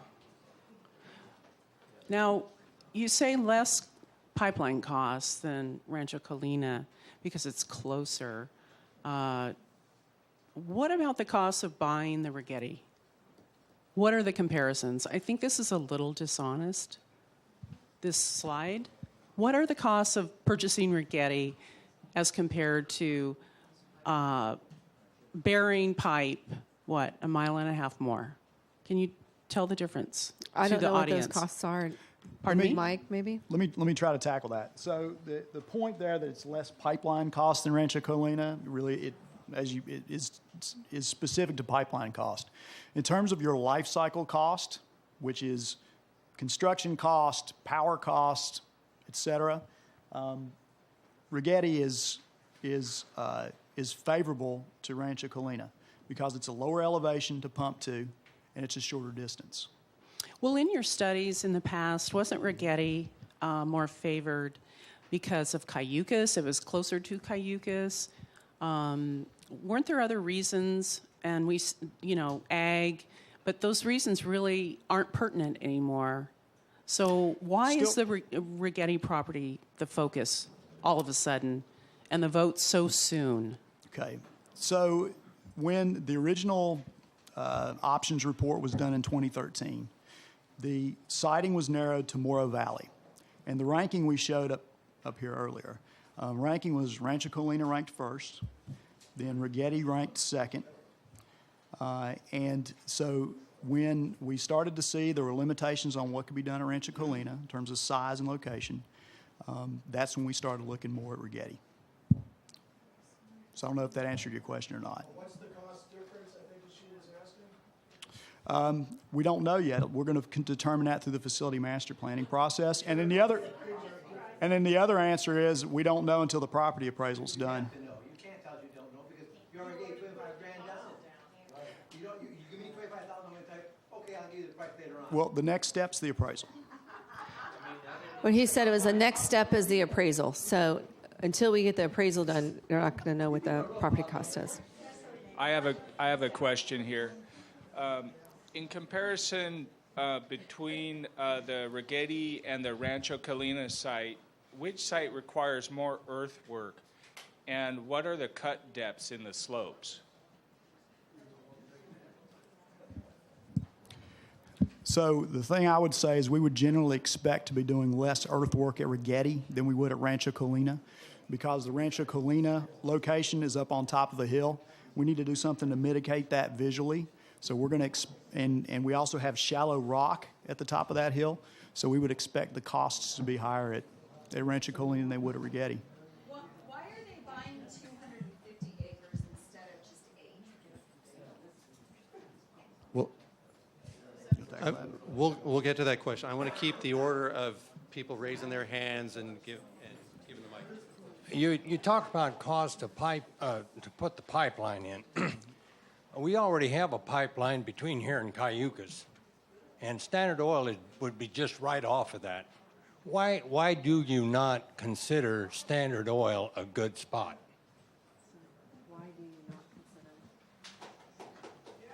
In the options report, when we looked at, it's a good question. When we looked at the Chevron site, Standard Oil site, in 2013, we looked at that relative to Morrow Valley and elsewhere. Some of the considerations there, distance from the wastewater collection system, 4 or 5 miles. So the cost was going to be higher relative, even though we get the pipeline. There's also issues related to, there's some environmental issues, biology and cultural resources that were concerns there. And the fact was, it wasn't a bad site. It wasn't a bad site. It just didn't rank as highly as the sites closer into the city in Morrow Valley, for example. So. Okay, but as you go up that Coral Creek, all that big valley back in there, you could just as easily pump the water back up in there as up 41. And you wouldn't have the traffic problem, you wouldn't have to have a lot of problems that you're talking about.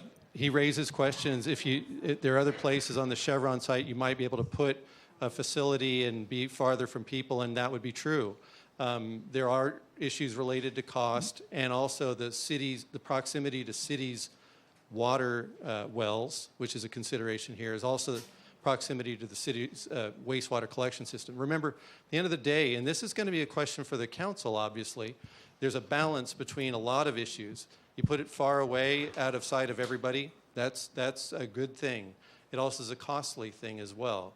We also know from previous workshops, as Debbie has pointed out, the number one issue we've heard in very well-attended workshops, by the way, cost was here, everything else was about here. It cost more to find 250 acres of coastal land? The cost in the big picture of the land, we don't know what it's going to be, but we do know that it's going to be a relatively small. Well, let me chime in. So we do have the appraisal that was from several years ago, and I think that was around the neighborhood of 2.5, something like that. So when we look at the pipeline costs that we'd save going back and forth to Rancho Colina, that's going to be right in that neighborhood. So it's still attractive even with the additional property. How much is that property worth now? That's what we're trying to find out. That's what the appraisal will do. They don't have a sales price? You have like no idea what you've entered into? Well, a sale price is different from an appraisal price. I realize that. So, What's the sales price? Did Righetti sell it to someone else recently? well, it's not owned by the Righettis. No, it's owned by Paul Madonna. Yeah, Madonna. Owned by the Madonna family. Oh, yeah, we don't know the answers offhand, or we don't up here. And I heard Rob from the Rob city. probably You knows, mentioned but- it was inherited. Yeah. So there wasn't a purchase price. Madonna was the trustee of the property. He got the property when Clarice Righetti passed away. So that's how that transferred. Right. It wasn't sold at that point. Right. It's been on the market off and on for a couple of years, I think. Yeah, I think so. Yeah. For sale for 2.4 and appraised at 1.8. Okay. Okay. So was the Chevron property, was that a lease, I take it? Was The Chevron property that was looked at? at the time it wasn't something that was necessarily for sale. At the time, we looked at that as a possible site without considering whether it was available or not. We assumed at that time it may or may not have been available. That was another reason it didn't rank as high, its availability. They're looking at it now. That's right. That's correct. Question. It appears to me that, given all the problems on the two properties that you've been considering, that right now is the time to go look at the Tri-W. Yes. I mean, if you're ever going to look at it now. Don't go through all this. You've got money you're going to be pouring in here in time. We need to know if that property, or if there's one better, fine. But we need another choice.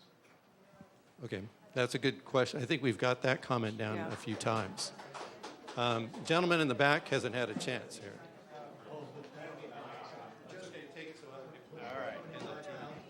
Just out of curiosity, where will the pipelines go on any property that is bought on Highway 41, how are the pipelines going to make it there to the site? Are they going to go up Highway 41, or are they going to go across through Hill Street as we I'm heard? sorry, I can't. Could you repeat that question? There's so much talking I can't hear. The pipelines from the collection system being sent up Highway 41. It doesn't matter which property it is, either the Righetti or up at McIlvain's.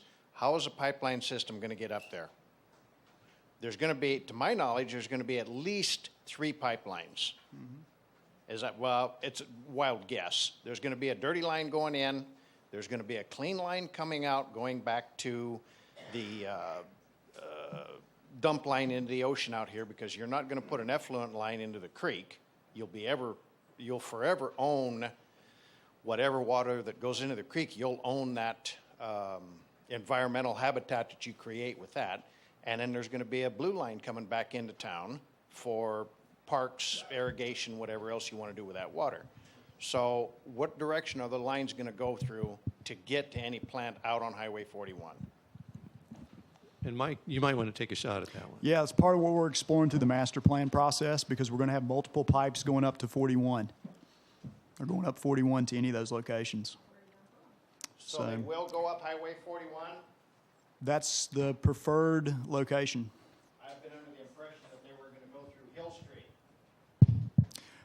We don't know for certain. We don't want to leave any options off the table on that. It's going to take some coordination with Caltrans, and we're going to work through that. It's part of the process. If the pipelines were to run through Hill Street, I would think that neighborhood would be pretty uptight also, with construction of 2 or 3 ditches through the streets there to get those through, because you won't run a dirty water line and the blue water line in the same ditch. You'll be stuck with cross-contamination. So you'll have to have at least 2 ditch lines coming through.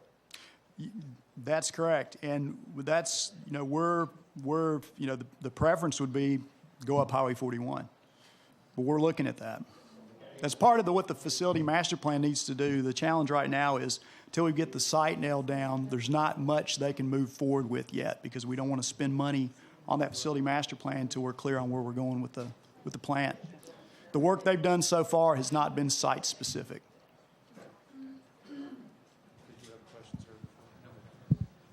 Any other questions? Okay, we have a question here, and then we ought to be wrapping up pretty soon. But go ahead. I just have a quick question. I was wondering if, since the mayor was involved, or the city council, with requesting the Coastal Commission to not approve it at its current site, if we could have an appeal, or if it's just definitely a done deal. You mean appeal the previous decision from before? Yeah, can we meet with the city council? Well, that's a good. It's a good question to raise in front of the city council. I think March the 8th. March the 8th. March 1st is the Citizen Advisory Committee meeting. March 8th is the city council meeting to talk about the same issue. So those are good questions. So basically, all the people that live out of town that still don't know, how are they going to find out? How is the Hill Street area going to find out?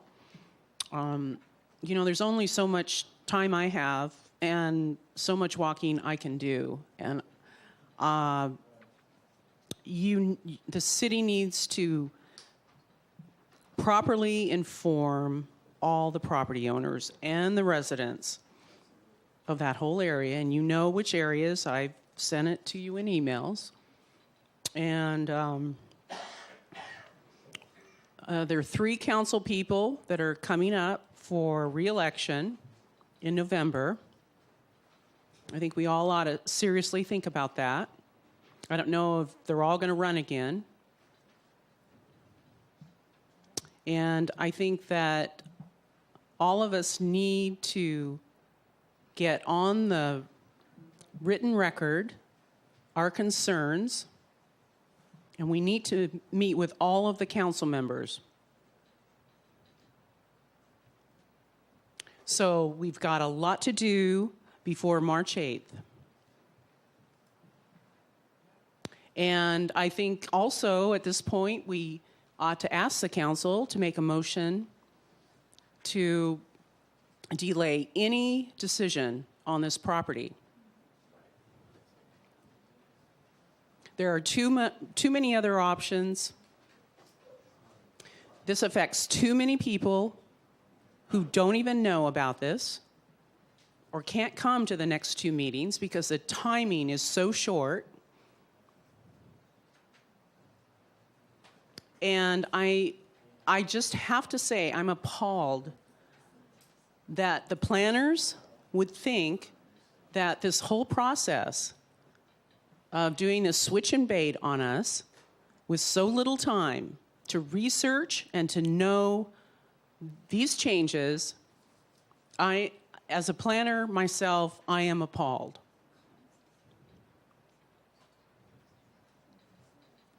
So just remember, we have 3 people coming up for re-election. Okay? Okay, just to let people know, relative to the question of information and getting the word out to others, what we have on the screen right now are some easy ways, and you can tell your friends and anyone else who's interested, and those who are watching on TV. And this video will be available on YouTube, as previous workshops are right now, through the website. But that website up there, morrobayca.gov/WRF, will get you the information that you need, not only about this workshop, but previous workshops and upcoming information that will relate to this entire process. As I say, we're striving to get the word out as well as possible. We obviously know we've heard some concerns. We haven't done well enough. So well understood. We get that. But Awesome. Those websites, that website information of the people who are not coming into town until late April. question is, how do we get that information to people who aren't coming into town till later? You know, we try our best to get information out to people as best we can. Websites are a really good way, but Mike? Yeah, the thing I'll say is the city has the property ownership. You know what we'll do? We'll do direct mailers. We'll do whatever we need to do to communicate with them. Are you going to? Yes. Water bill comes every month. Are you guys just put it in there? Yes. We'll work. When they were doing street repairs, and I told them to send out handbills to everybody, and the next day they had handbills out to Okay. everybody. I mean, it doesn't take a brain surgeon to do that.